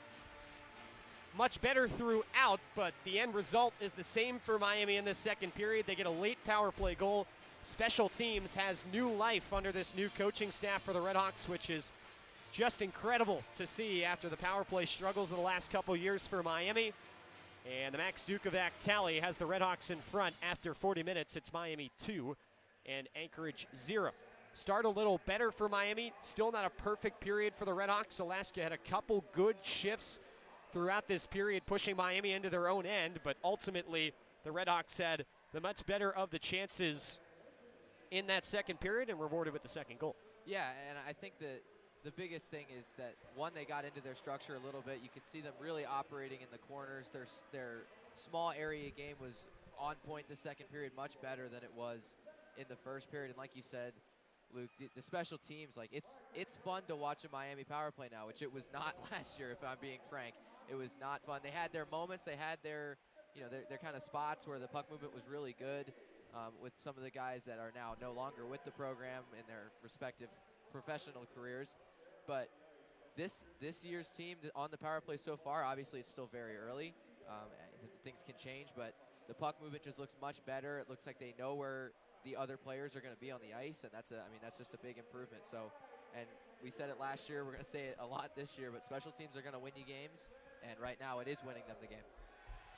Again, the NCHC is a league that we talk about all the time. You face a top 10 power play and a top 10 penalty kill pretty much every weekend, it seems like. And like you said, special teams will be huge, especially as Miami heads into that gauntlet of an NCHC schedule coming up later this year.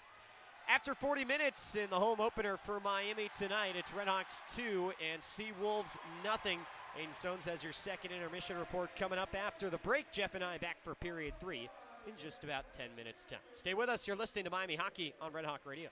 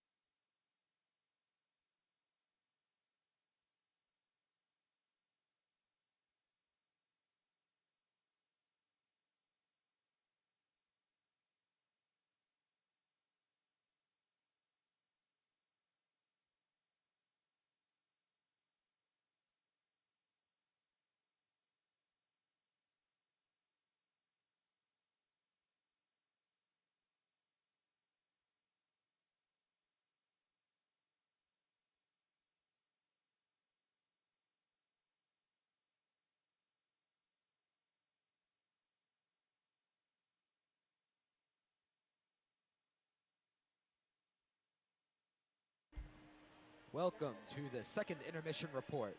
Overall, the RedHawks have been doing a lot better in the second period. Goals for the second period is just Miami, 1-0. Shots on goal, Miami does lead that category 12-8, and shots is what Miami should be most proud of. They have 20 shots compared to Anchorage's 11. For saves, it is not Bruno Rivera's fault that he only stopped 8 shots because he only received 8 shots compared to Anchorage's 11. For power play goals, Miami did score a power play goal in this game, in this period, would you rather, from Max Dukovac, and it was assisted by Casper Nason and Raymonds Vitolins. Penalties for the second period. It looks like Alaska has 4 penalties compared to Miami's 3. And for face-off wins, a little underwhelming in this category as Miami has only won 17 compared to Alaska's 16.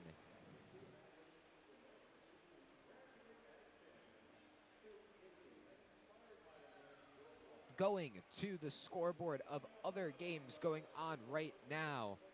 We have Niagara at Clarkson. Halfway through the second, Clarkson is winning 2-1. Just wrapping up the second for the Colgate Sacred Heart game, Colgate is winning 5-3. At the end of the second, Yukon and Holy Cross are tied 2-2. RIT and Mercyhurst are just starting the second period, while Mercyhurst is winning 2-0. Ohio State is facing American International. Ohio State winning 2-1 at the start of the third. 20 seed Notre Dame is facing St. Lawrence and is winning 3-1.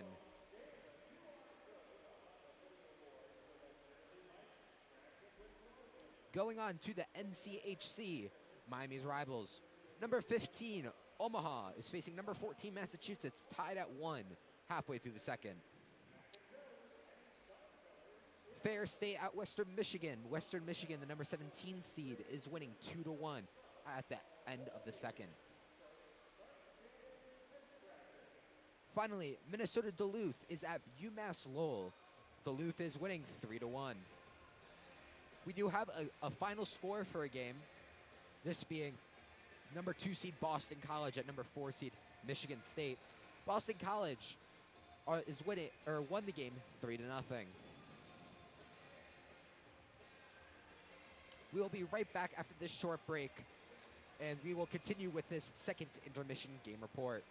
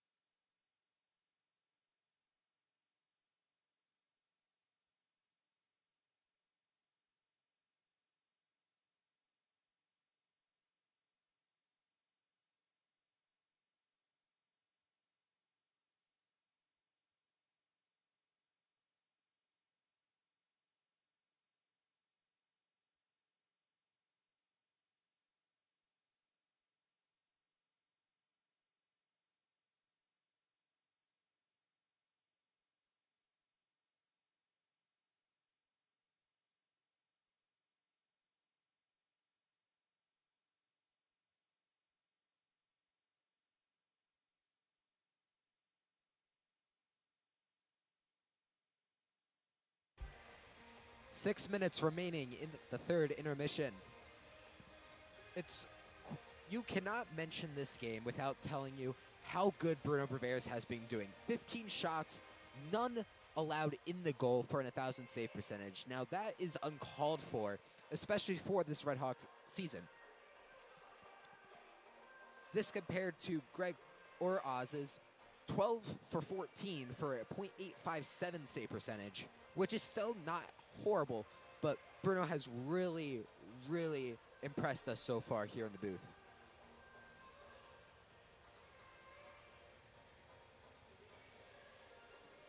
For the RedHawks, leading shots is Matt Trapani. But for shots on goal, it is Johnny Waldron.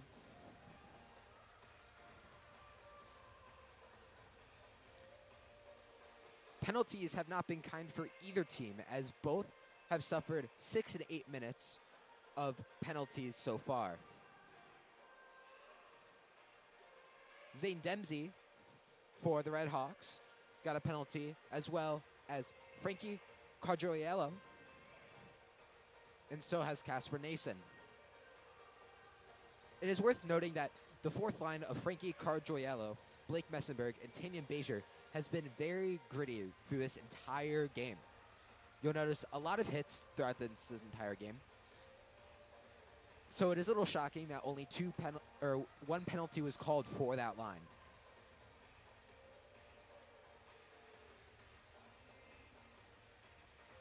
For Anchorage, Connor Merritt, Ben Anderson, Matt Johnson, and Tanner Edwards are the four that suffered penalties for the Anchorage Seawolves. Miami has been really good this past period, as they have recovered the difference for shots on goal, only losing the shots on goal battle by 1 now compared to 7 the previous period. 4 minutes until the end of the second intermission. So this will conclude the second intermission report. Again, my name's Aiden Soanes. I'll be back for the post-game report.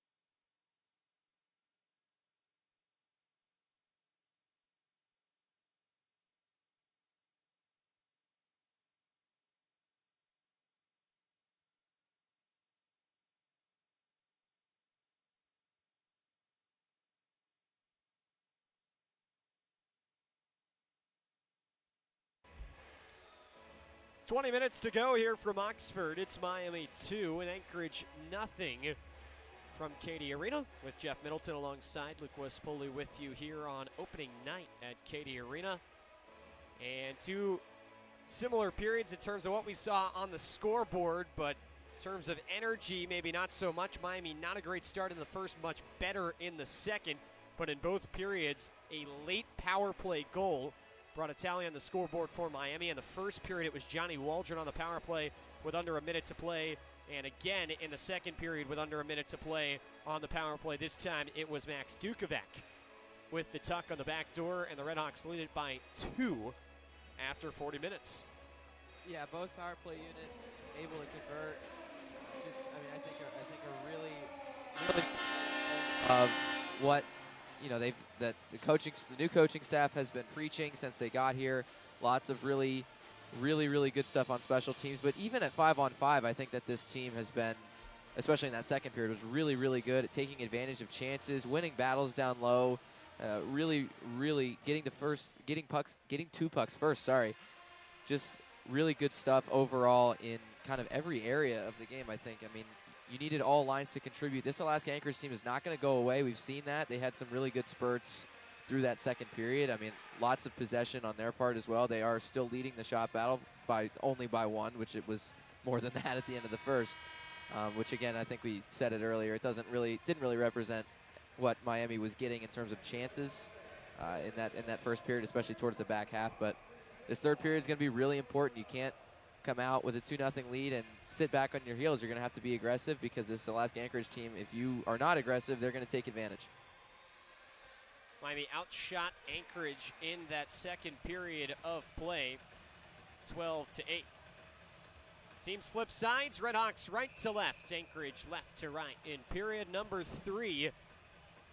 Seawolves in the greens, Miami in the whites. Get some false starting on both sides. And a little discussion there. A lot of protesting from each wing on the far side. Merritt for Anchorage and Chapani said, can we just agree to both false start and let us go? And the linesman having none of that. But the puck is down on the ice, and off we go in this third period. Johnny Waldron applying some pressure in the offensive zone, but Anchorage does get it out to the far side, where Weston enters the zone and now shovels it back in front on the backside. Left off in front, they score!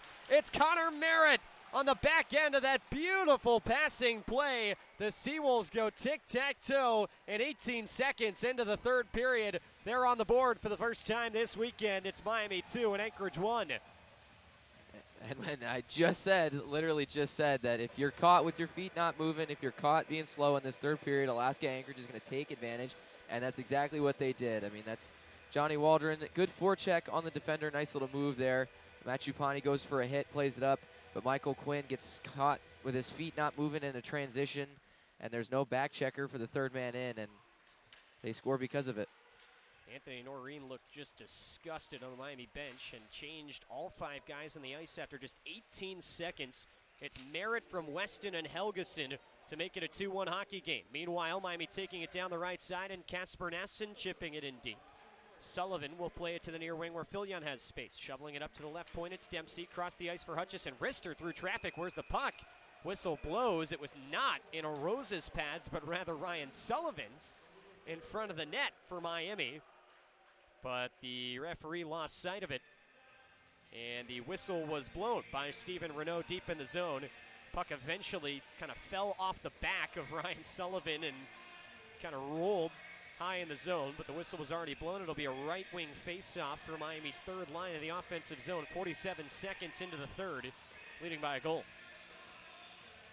Yeah, and Coach Noreen put the tip shot in front, they scored! Oh.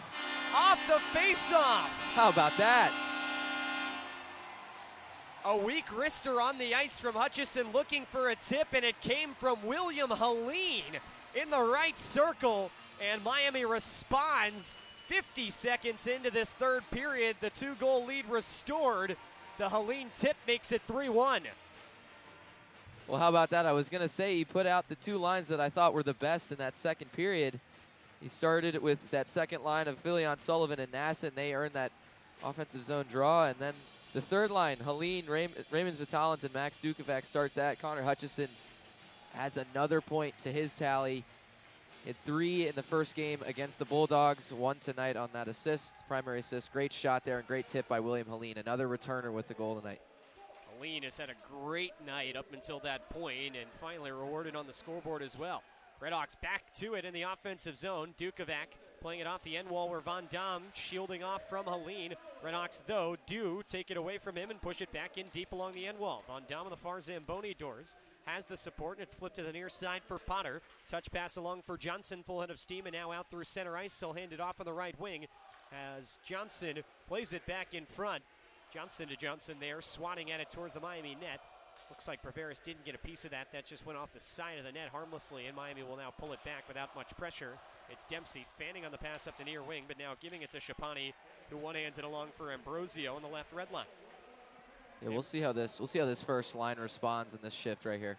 Shapani dragging it through. It got taken off his stick as Edwards picks his pocket and will mosey up the near side. He got spun around and hit along with the linesman Brian Gorkoff there, who was tied up in that. As that dump-in attempt for Anchorage is immediately brought back out by Miami. Ambrosio through the legs down the left side, played it in front, looking for Shapani, but it was kicked away. Simonovics from the left point down the left side for Waldron, cross-corner dump, and it is picked up for the RedHawks by Hampus Ryquist. He's now pinned up against the wall and will shift it to the far side. No one there for Miami as Contreras plays it up ahead for Gomez, who spins it through. That threads both RedHawk defenders, so we'll go back to get it near corner of the Miami defensive zone. Simonovics to it first for the RedHawks. He got hit and down by Anderson, but regathers his footing and finds Ryquist on the far side. Ryquist handling it now through the center of his own defensive zone, and a pass through the middle of the ice, tipped in by Baser deep to the Anchorage end. Down to the far side, a quick hit and a shot from the right circle by Baser, saved with the blocker by Arose. And going the other way, Helgeson down the right side, and his stick tied up by Feenstra. Best you could do is poke it in deep. Puck now wrapped to the far side, and it's Will Shemek playing catch with it. The return feed to him on the left point. Got poked by him, and he'll have to recover it back in his own defensive zone. 3:07 gone by, third period. It's RedHawks 3 and Anchorage 1. Only 2 goals to this point. Until the third period, we're in the final minute of each of the first 2 periods. We've had 2 then in the first minute of the third. Casper Nasson wins a forecheck battle in the right circle, dancing out in front, and he shoveled that one wide on the backhand. Now Feenstra with a one-timer that got blocked in front from the left point, and Shemek will pull it free and give it to Merritt on the far side, who can't clear. Sullivan got tied up and pulled down, and that's a penalty. He was navigating through and just got a stick in the hands and spun around. That'll be a hooking call against Anchorage. It's against Aiden Weston, their top line center, and Miami back to the power play, and what has been a very successful power play tonight. Their 4th try, they've already got 2 goals. Yeah, again, that second line has just been, they've been phenomenal. Possessing the puck, not just recovering it in the defensive zone or breaking it out or bringing it through the neutral zone with speed, but they've been just really good at possessing the puck in the offensive zone, and because of Ryan Sullivan's maneuvering through the slot, draws a penalty and gives the hot Miami power play another chance at a goal. Again, RedHawks 2 for 3 already on the night, and they win the draw to begin. Hutchison with a wrister through. Waldron might have tipped it as well, but Arose makes the save and holds 4 seconds into the power play. 16:19 remaining in this third period. It's Miami 3 and Anchorage 1, and Miami is now taking their first shots advantage of the game over that last sequence.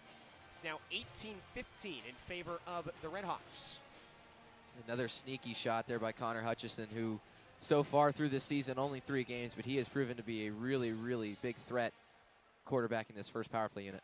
Hutchison from the left point after the face-off win, plays catch, has it back, and will sauce it to the far side for Ambrosio into the right circle, opening his hips and feeding it back up top for Hutchison, quarterbacking this power play.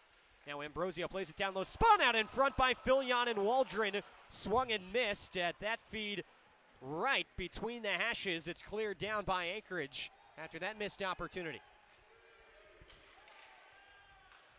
RedHawks will bring it back up the ice. And it's Shapani that navigates it through, feeding to the near side. Got a little delayed at the blue, and offside go the RedHawks at 15:44 to go in the third. 39 seconds gone on the power play, and still leading at 3-1. And Jeff, the majority of the time you see that play to Waldron doesn't end up in the net, and you're almost kicking yourself a little bit if you're a RedHawk fan, but it's just nice to see the puck whip around the ice this quickly on the power play. Yeah, I absolutely agree. And, that's one of the things that we talked about all of last year, that just there's no player movement and there wasn't really much puck movement. And that's been the biggest difference here. That far right side on that first power play unit is just a clinic on puck movement from north, south, east, west in all areas. Batalins through the center of the ice, closed off as he entered the zone, but found Dukovac, who skates it to the far side. He and Sullivan poking at it, and eventually it comes free where Nasson has it left point. Nasson skates it down the wall, gets a tap pass back in the left corner from Batalins and feeds it up top for Quinn. Walking the line, Quinn back for Nasson, fakes the one-timer in the left circle and shoves it down low. Batalins crossed the ice for Dukovac. He missed him, and now a shot from the top of the point by Quinn, a wrister that's high and wide. Dukovac still with it, right side. Back up for Quinn, and now Nasson tees up a one-timer. Big sliding block by Shemek, and Anchorage will clear it out. Anderson in a one-on-one. Nice hit by Batalins to prevent a potential breakaway. Miami will stretch the ice the other way. Meanwhile, as Dukovac skates it down the left side, little bit of space off for Quinn, and he shoots it from the high slot. That's tipped up into the netting with 17 seconds remaining in the penalty to Aiden Weston. 14:40 to go in this third period. Still 3-1 Miami, and another ozone draw coming up. And again, this is one thing that we also is newer this year with the new coaching staff coming in. They love to stretch the ice. They love that weak side of the ice. They found a lot of great passes and good zone entries because the moment they receive the puck, whether it's a loose puck or just a D-to-D pass in their own defensive zone, the RedHawks stretch the ice, and it gives them more time and more space to attack on the counter. It's been a really fun brand of hockey to watch so far.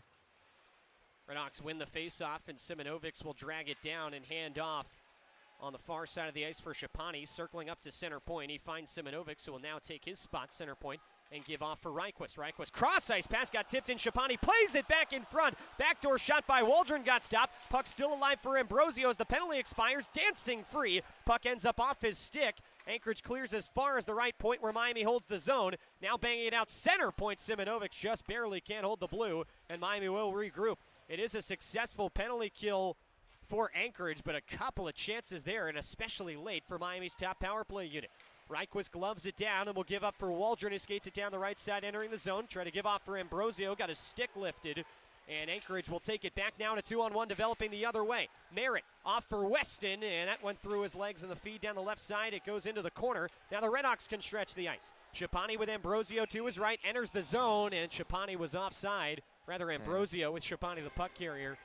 Little in front of him, trying to drag that back foot, but couldn't sell it to Eric Frank, the linesman, on the far side.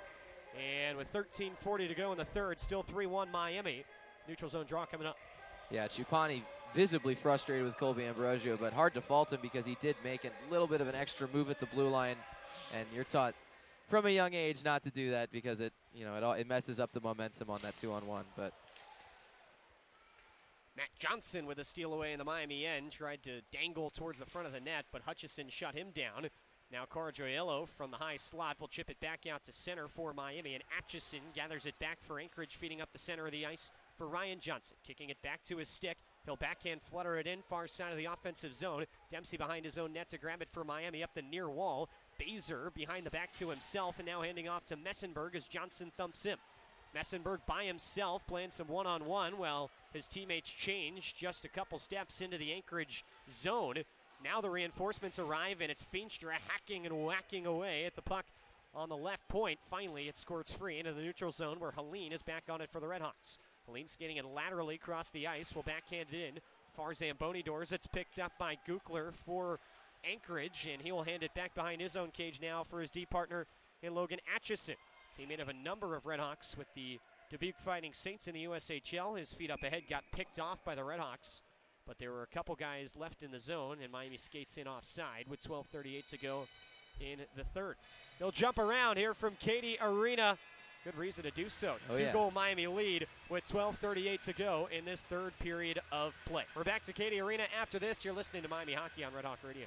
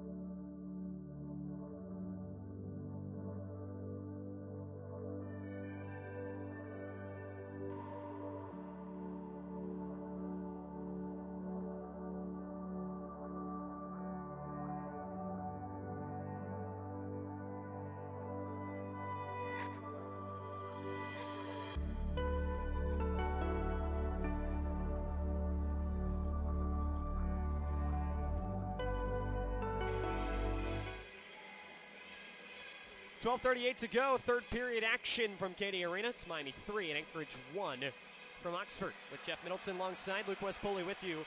Ozone draw coming up for the Seawolves, but Miami, after giving up that early strike under 20 seconds into this period, immediately answered about 30 seconds later and has not looked back. RedHawks have been much better than the Seawolves over this first 6 minutes or so of this period, and they lead it by 2. Defensive zone draw coming up for Miami. It's on the far side of the ice. RedHawks have their second line out of Vitalin's, Dukovac, and Helene. Dukovac and Helene have already scored goals tonight. For Anchorage, second line as well, it's White, Parsons, and Contreras.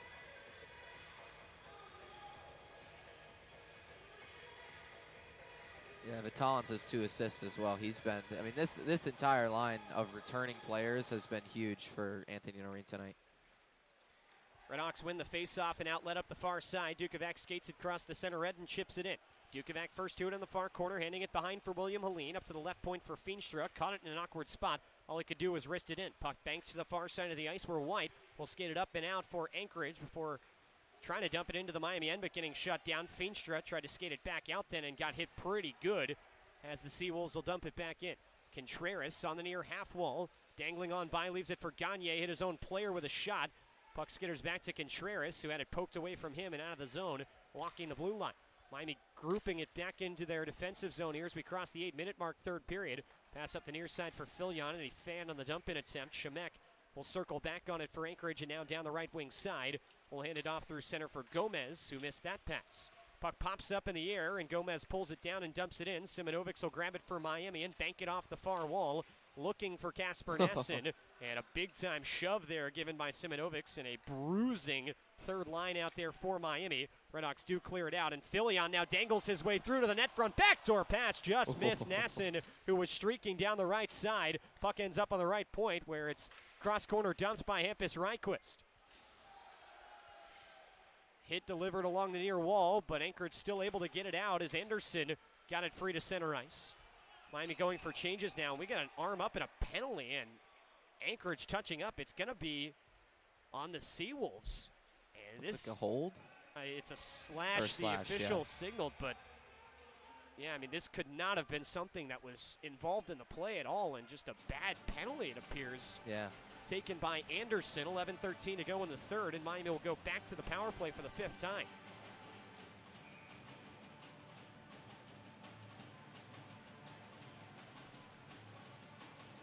I'm not exactly sure where that happened. There it is, right on the end of that. It was a bad penalty. It was Kasper Nasson, saw it on replay, was going off the ice. He was going for a change, and Anderson just two-handed down on his stick.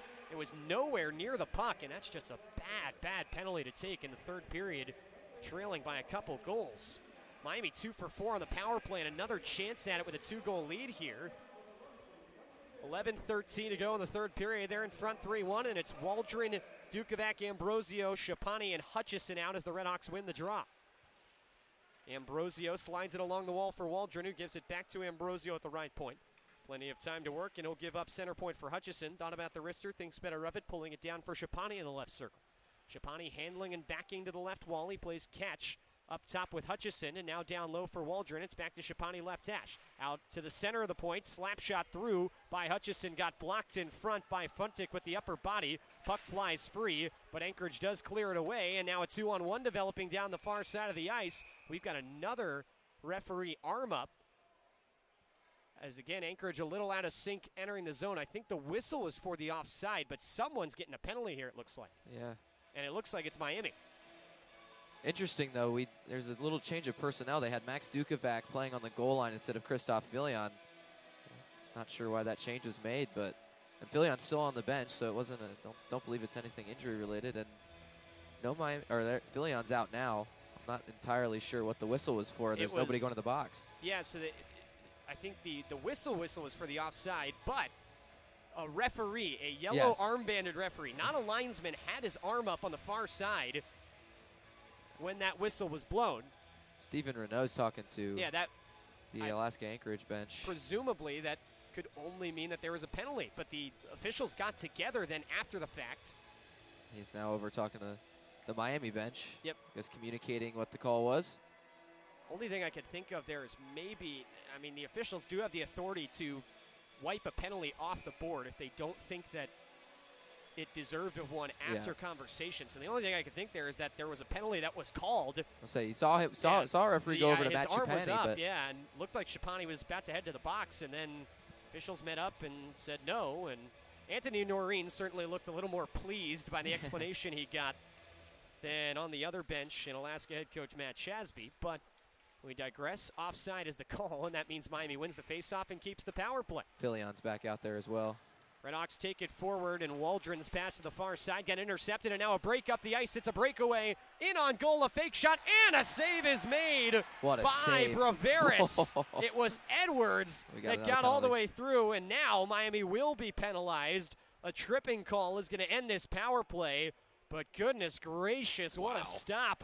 The best of the night from Bruno Braveris as Edwards faked and went to the near side of the ice. Braveris with him the whole way to make that stop, and Waldron will now sit 2 for tripping. Yeah, just not a great shift for Johnny Waldron. Turnover at the blue line creates that breakaway. Fantastic sprawling save from Bruno Braveris, and he'll get a tripping call on the play he made on the blue line. A little bit of a hack he took at the Anchorage player there, and resulted in a penalty it was before the breakaway. 10:19 to go, third period. We'll skate 4 aside for the next minute and 6 seconds, and then have a 54-second Anchorage power play.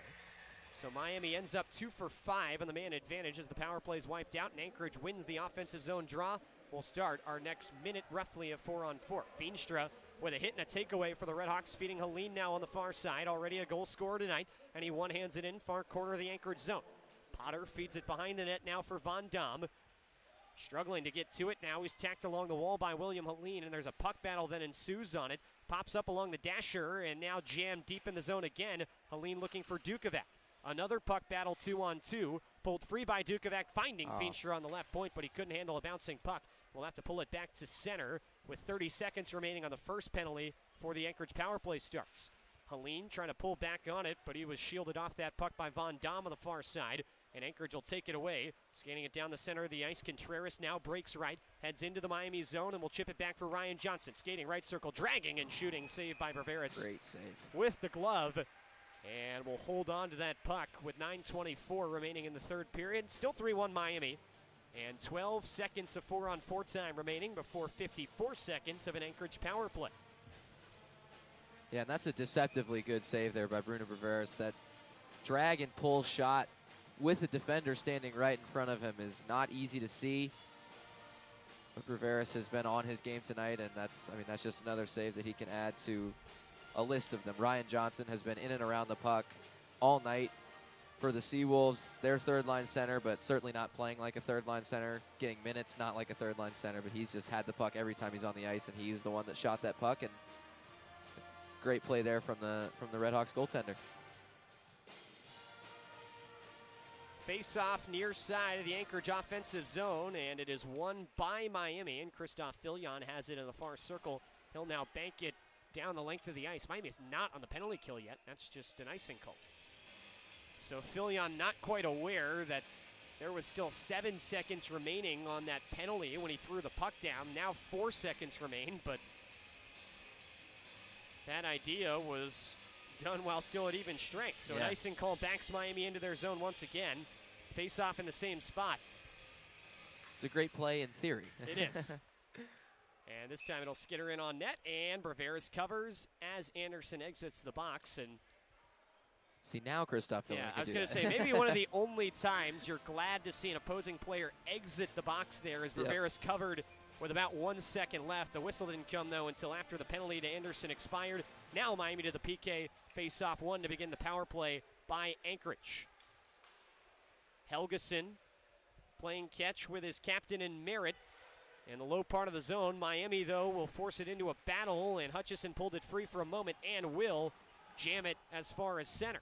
Down the left side now, Johnson wrapping it around the dasher boards back into the Miami zone with 33 seconds left. Helgeson behind the back feed, center point for Gagne, skating it to the far side, and now Helgeson has it. Right circle shot, kick save made by Braveris. It's handed down by Dempsey. But Anchorage will touch up, and we play on with 17 seconds to go in the tripping minor to Johnny Waldron. In the far circle, Johnson tried to feed it across, but it skipped up on Helgeson, who has to knock it down with his hand and wrap it back in behind. Now Gagne has it at the left point, kicking it to his stick, struggling with it initially as he does eventually find his teammate Helgeson in on save made up top, and a rebound came out soft, right side of the blue paint as Weston shoveled that high, just trying to flip it to the upper portion of the net, and it went up into the protective netting. Johnny Waldron out of the box, and with 8:15 to go in the third, with our stoppage, it's 3-1 Miami, and we're back to 5-on-5. Yeah, that Max Helgeson shot was labeled. He has an assist tonight, his first point of the year. He's been on his 50th point of his career as well, but he has been on it tonight. Lots of great shots from his stick, but just missed. Great save by Bruveris on another screen shot that he's seeing well. Face-off win, and Potter with a drive from the right point that got blocked in front by a massive bodies. Redhawks have their top line out there, and it is cleared away where Johnny Waldron picks it up. Redhawks will break down the ice in sort of a mini 3-on-2 that quickly breaks down as Miami will dump it in deep. Behind the net with plenty of speed, Contreras rounds it to the near side of the ice where it's directed on further for White. Skating it into the Miami end, he gets past Ryquist, who takes a tumble. White now skinning it behind the Redhawk cage, struggling to gather clean possession of the puck, but finally will, and gets it up to the point for LaJoy, or rather Van Dam on the left point. And the Redhawks will push this one in. Deep in their own zone before outletting up the near side. Johnny Waldron hits it off the near board. Shapani, though, couldn't dump it further in deep. Puck comes to the far side of the ice. Ambrosio will give it back to his defense. Quick D-to-D finds Feenstra on the near wing. He got crushed as he fired that one in deep. White gave him a good knock with 7:17 to go in the third. Now Anchorage taking it back up the ice. And Matt Johnson will float it in on the backhand. Redhawks get back to it, but a clearing feed by Quinn hit off the referee on the far side.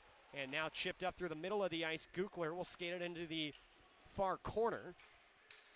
And wrapped around the net to the near side by Kebrew. Kebrew skating up the half wall. He goes down, and that is a penalty. Anchorage bench wanted it.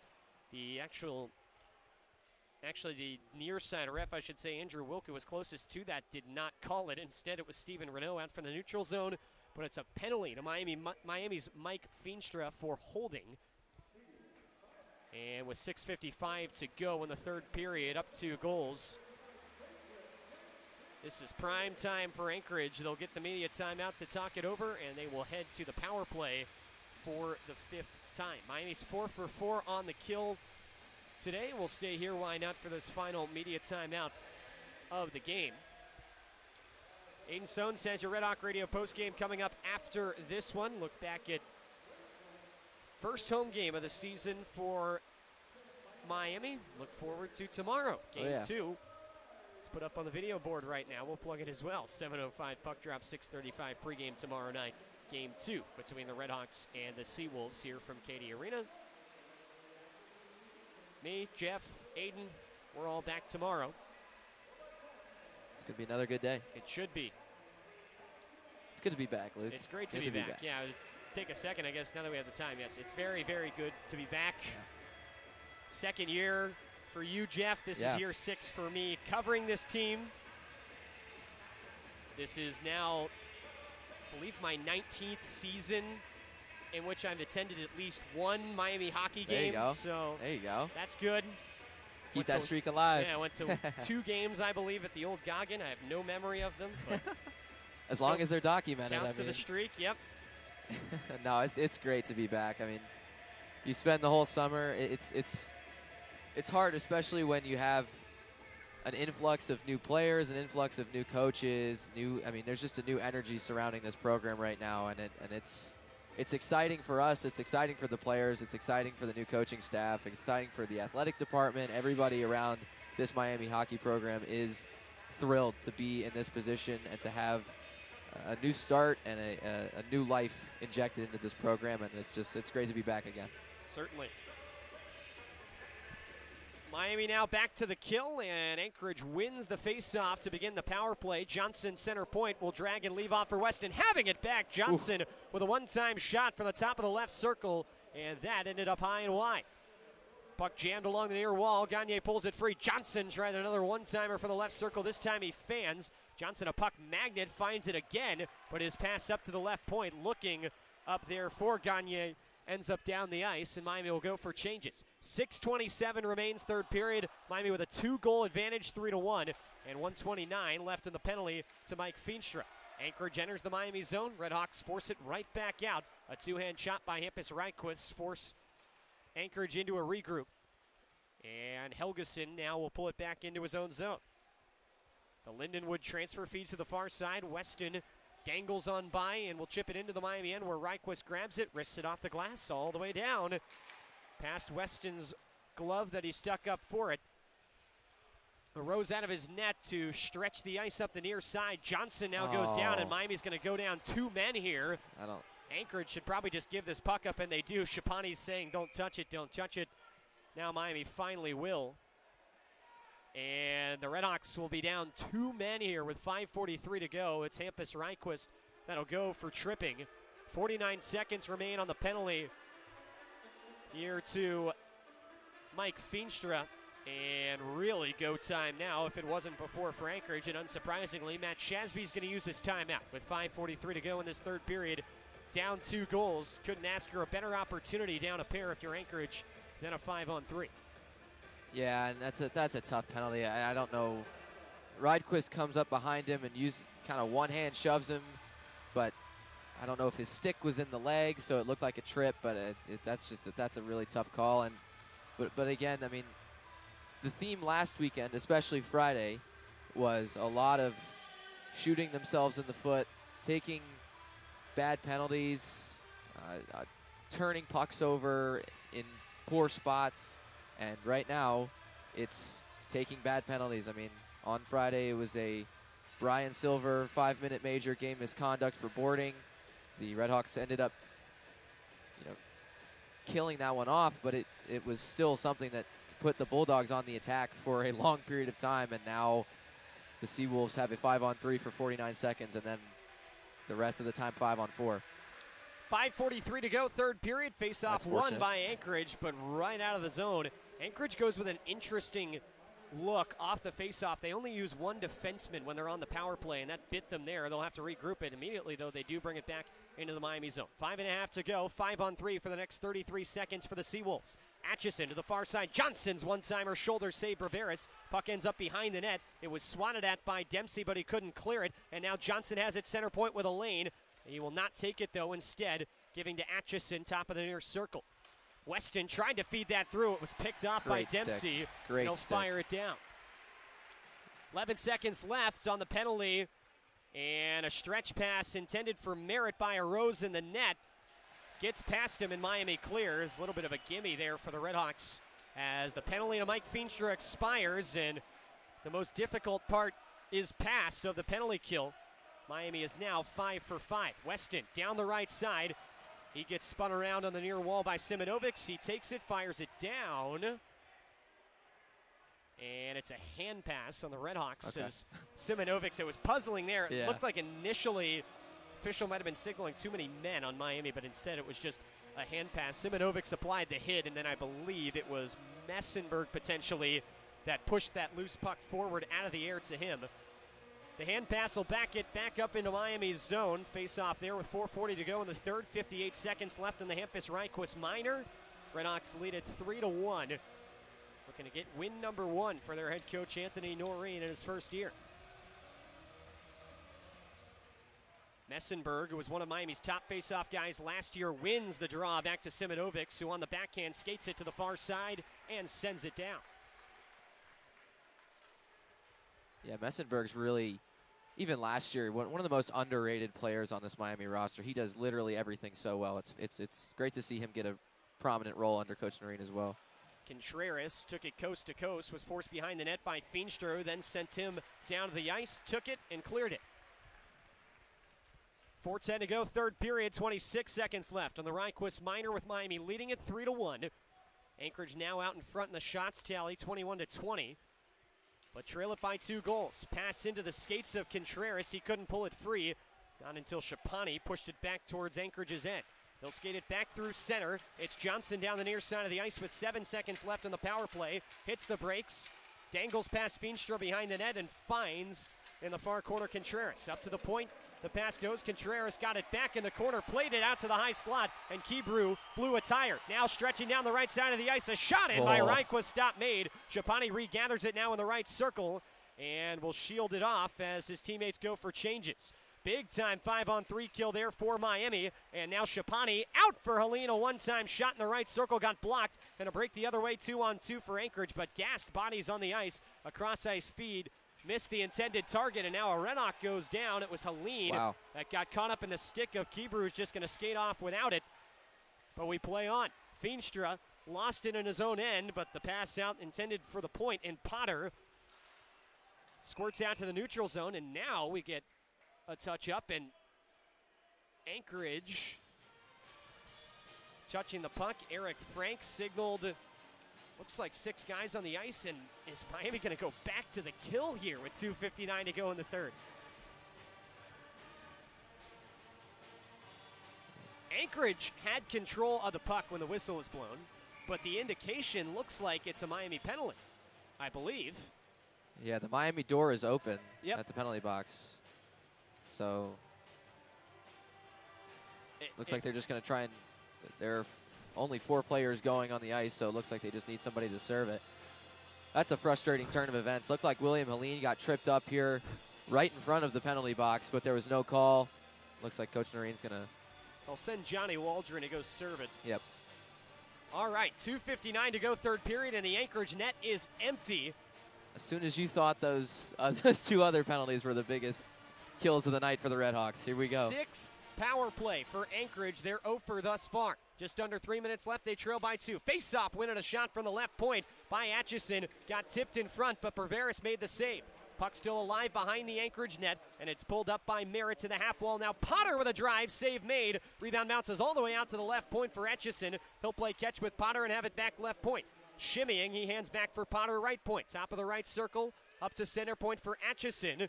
Puck handling back for Potter on the near wing. Potter cross-ice feed and a sharp angle one-timer from Johnson is wide. In the near corner, it's Helgeson skating it behind the net and now feeding back up top right point. Potter up for West in a drive, and that got blocked by Filion, who's off the ice now with 2:16 to go in the third.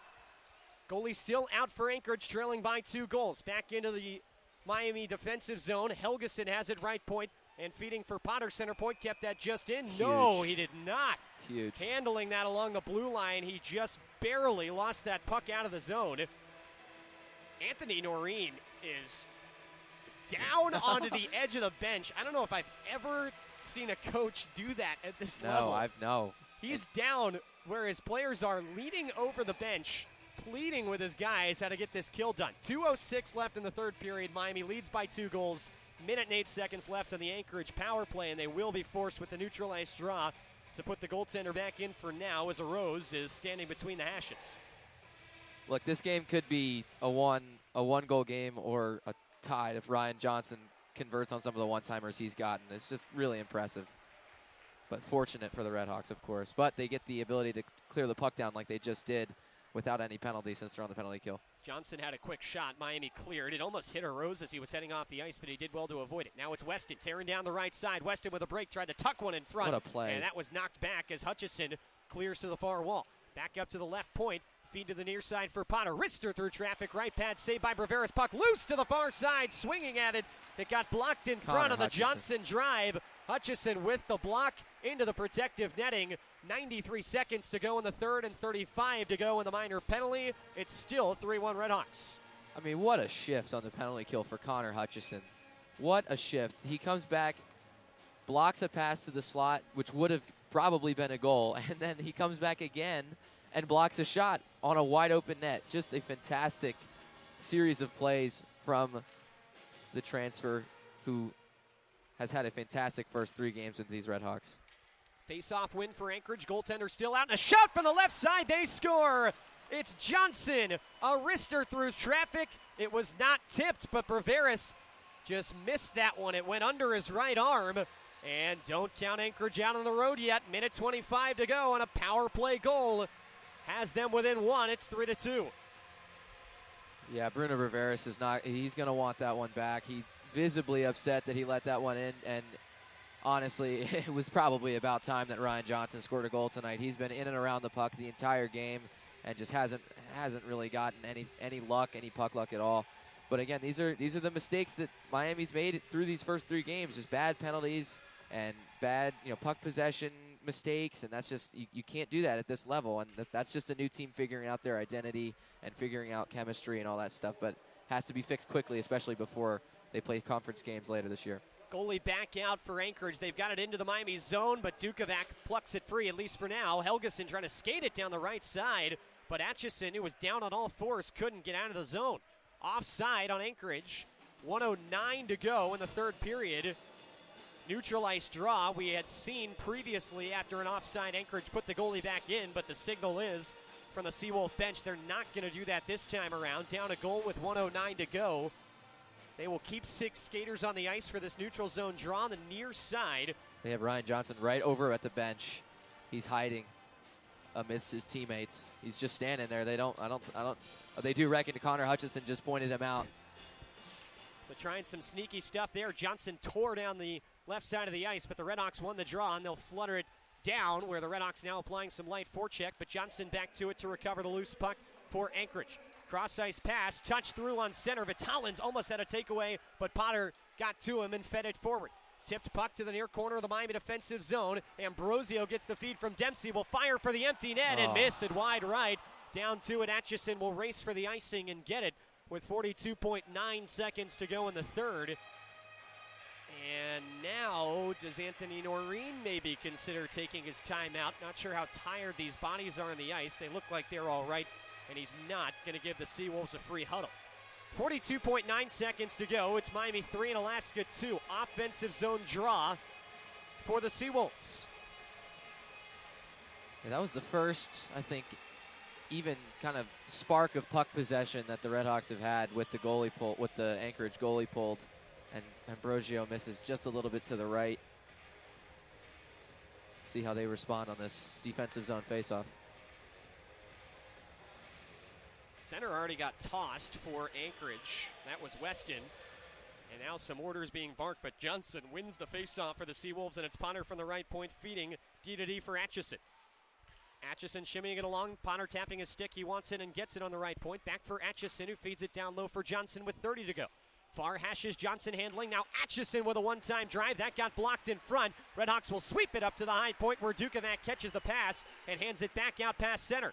Miami will go for a quick change. 18 seconds remaining as the Seawolves navigate it through neutral ice. Johnson down the left side. Dempsey trying to pin him. It's thrown out in front by the Seawolves, and now puck is loose on the far side of the ice. Miami cannot clear. Atchison with a slap shot try that got blocked. The RedHawks clear it away with 2 seconds and 1, and time will run out here in this third period.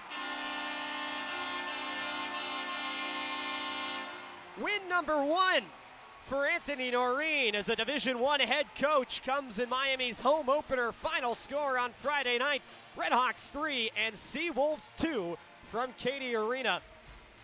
As Miami hangs on to beat their foes from the last frontier. Jeff, this was a game that Miami really had to gut out. It looked like heading into that second intermission, they might put together a big push in the third to maybe run away with this game, but got punched in the mouth to begin.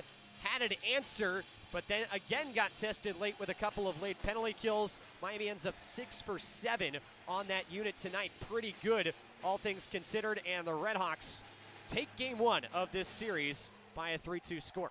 So you're not going to be perfect all the time on the penalty kill, but tonight they did about as well as you could probably ask.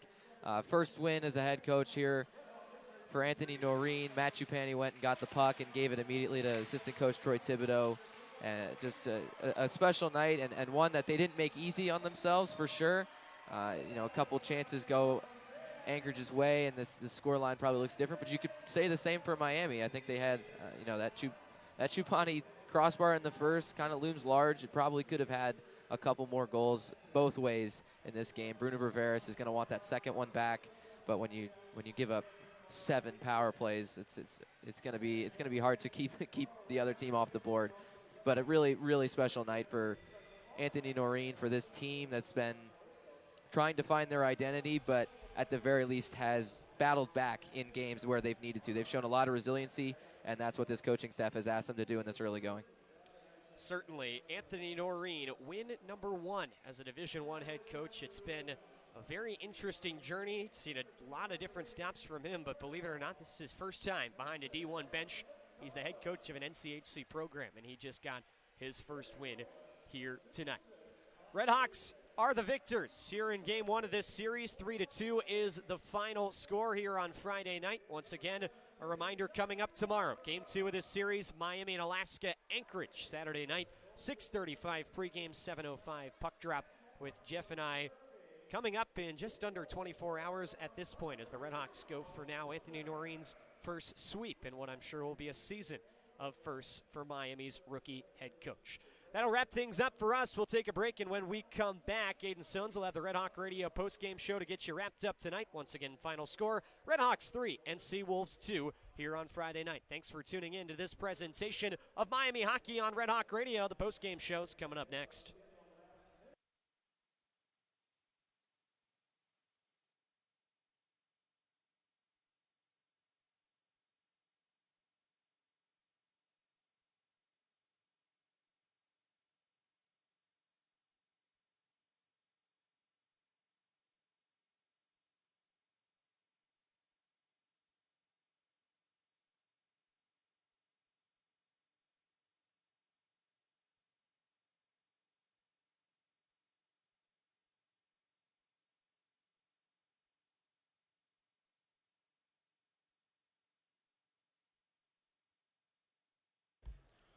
What a third period to wrap up this game. 3-2, the final score. The RedHawks get their first win. Anthony Noreen, first-year head coach for the RedHawks, gets his first win at the home opener here at the Goggin Ice Center.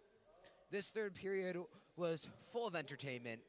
Although Alaska did score more goals than Miami this period, we did see a lot of good things from Miami in terms of their penalty kill. Just this period alone, we have the Seawolves 1 for 4 and Miami 0 for 2. But, however, Bruno Bravaris this game has been very electric. He was standing on his head all night, and the first goal that happened for Alaska was a very good goal. It was passing back and forth. It was tic-tac-toe scoring, and overall, Bruno should be very happy with his performance tonight. Looking at the rest of the league, we have, for the NCHC, a few games have also ended for them. Michigan at Arizona State, the number 10 Michigan, winning 4-1. Omaha, number 15 seed at number 14 Massachusetts. In overtime, Massachusetts scores to get the win. For Western Michigan, the number 17 seed, Ferris State, was in their arena as Western Michigan defeats them 4-1. That does it for NCHC hockey for today. Going on to looking at individual player performance besides the Bruno Bravaris, 25 saves and allowing 2 goals for a .926 save percentage. Some other notable guys includes Raymond Vitolins with 2 assists for 2 points. He also has 9 face-off wins, which is the most out of any RedHawk player this game.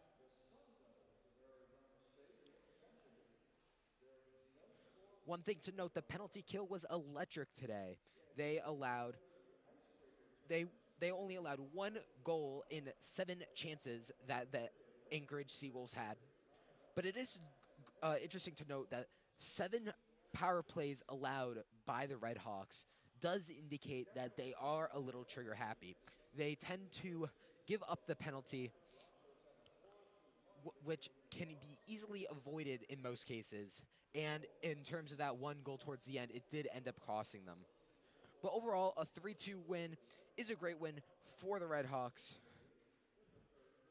And they should be very proud of themselves today in their home opener. Next game is at 7:05 tomorrow. These two teams do face each other again the Miami RedHawks host the Alaska Anchorage Seawolves.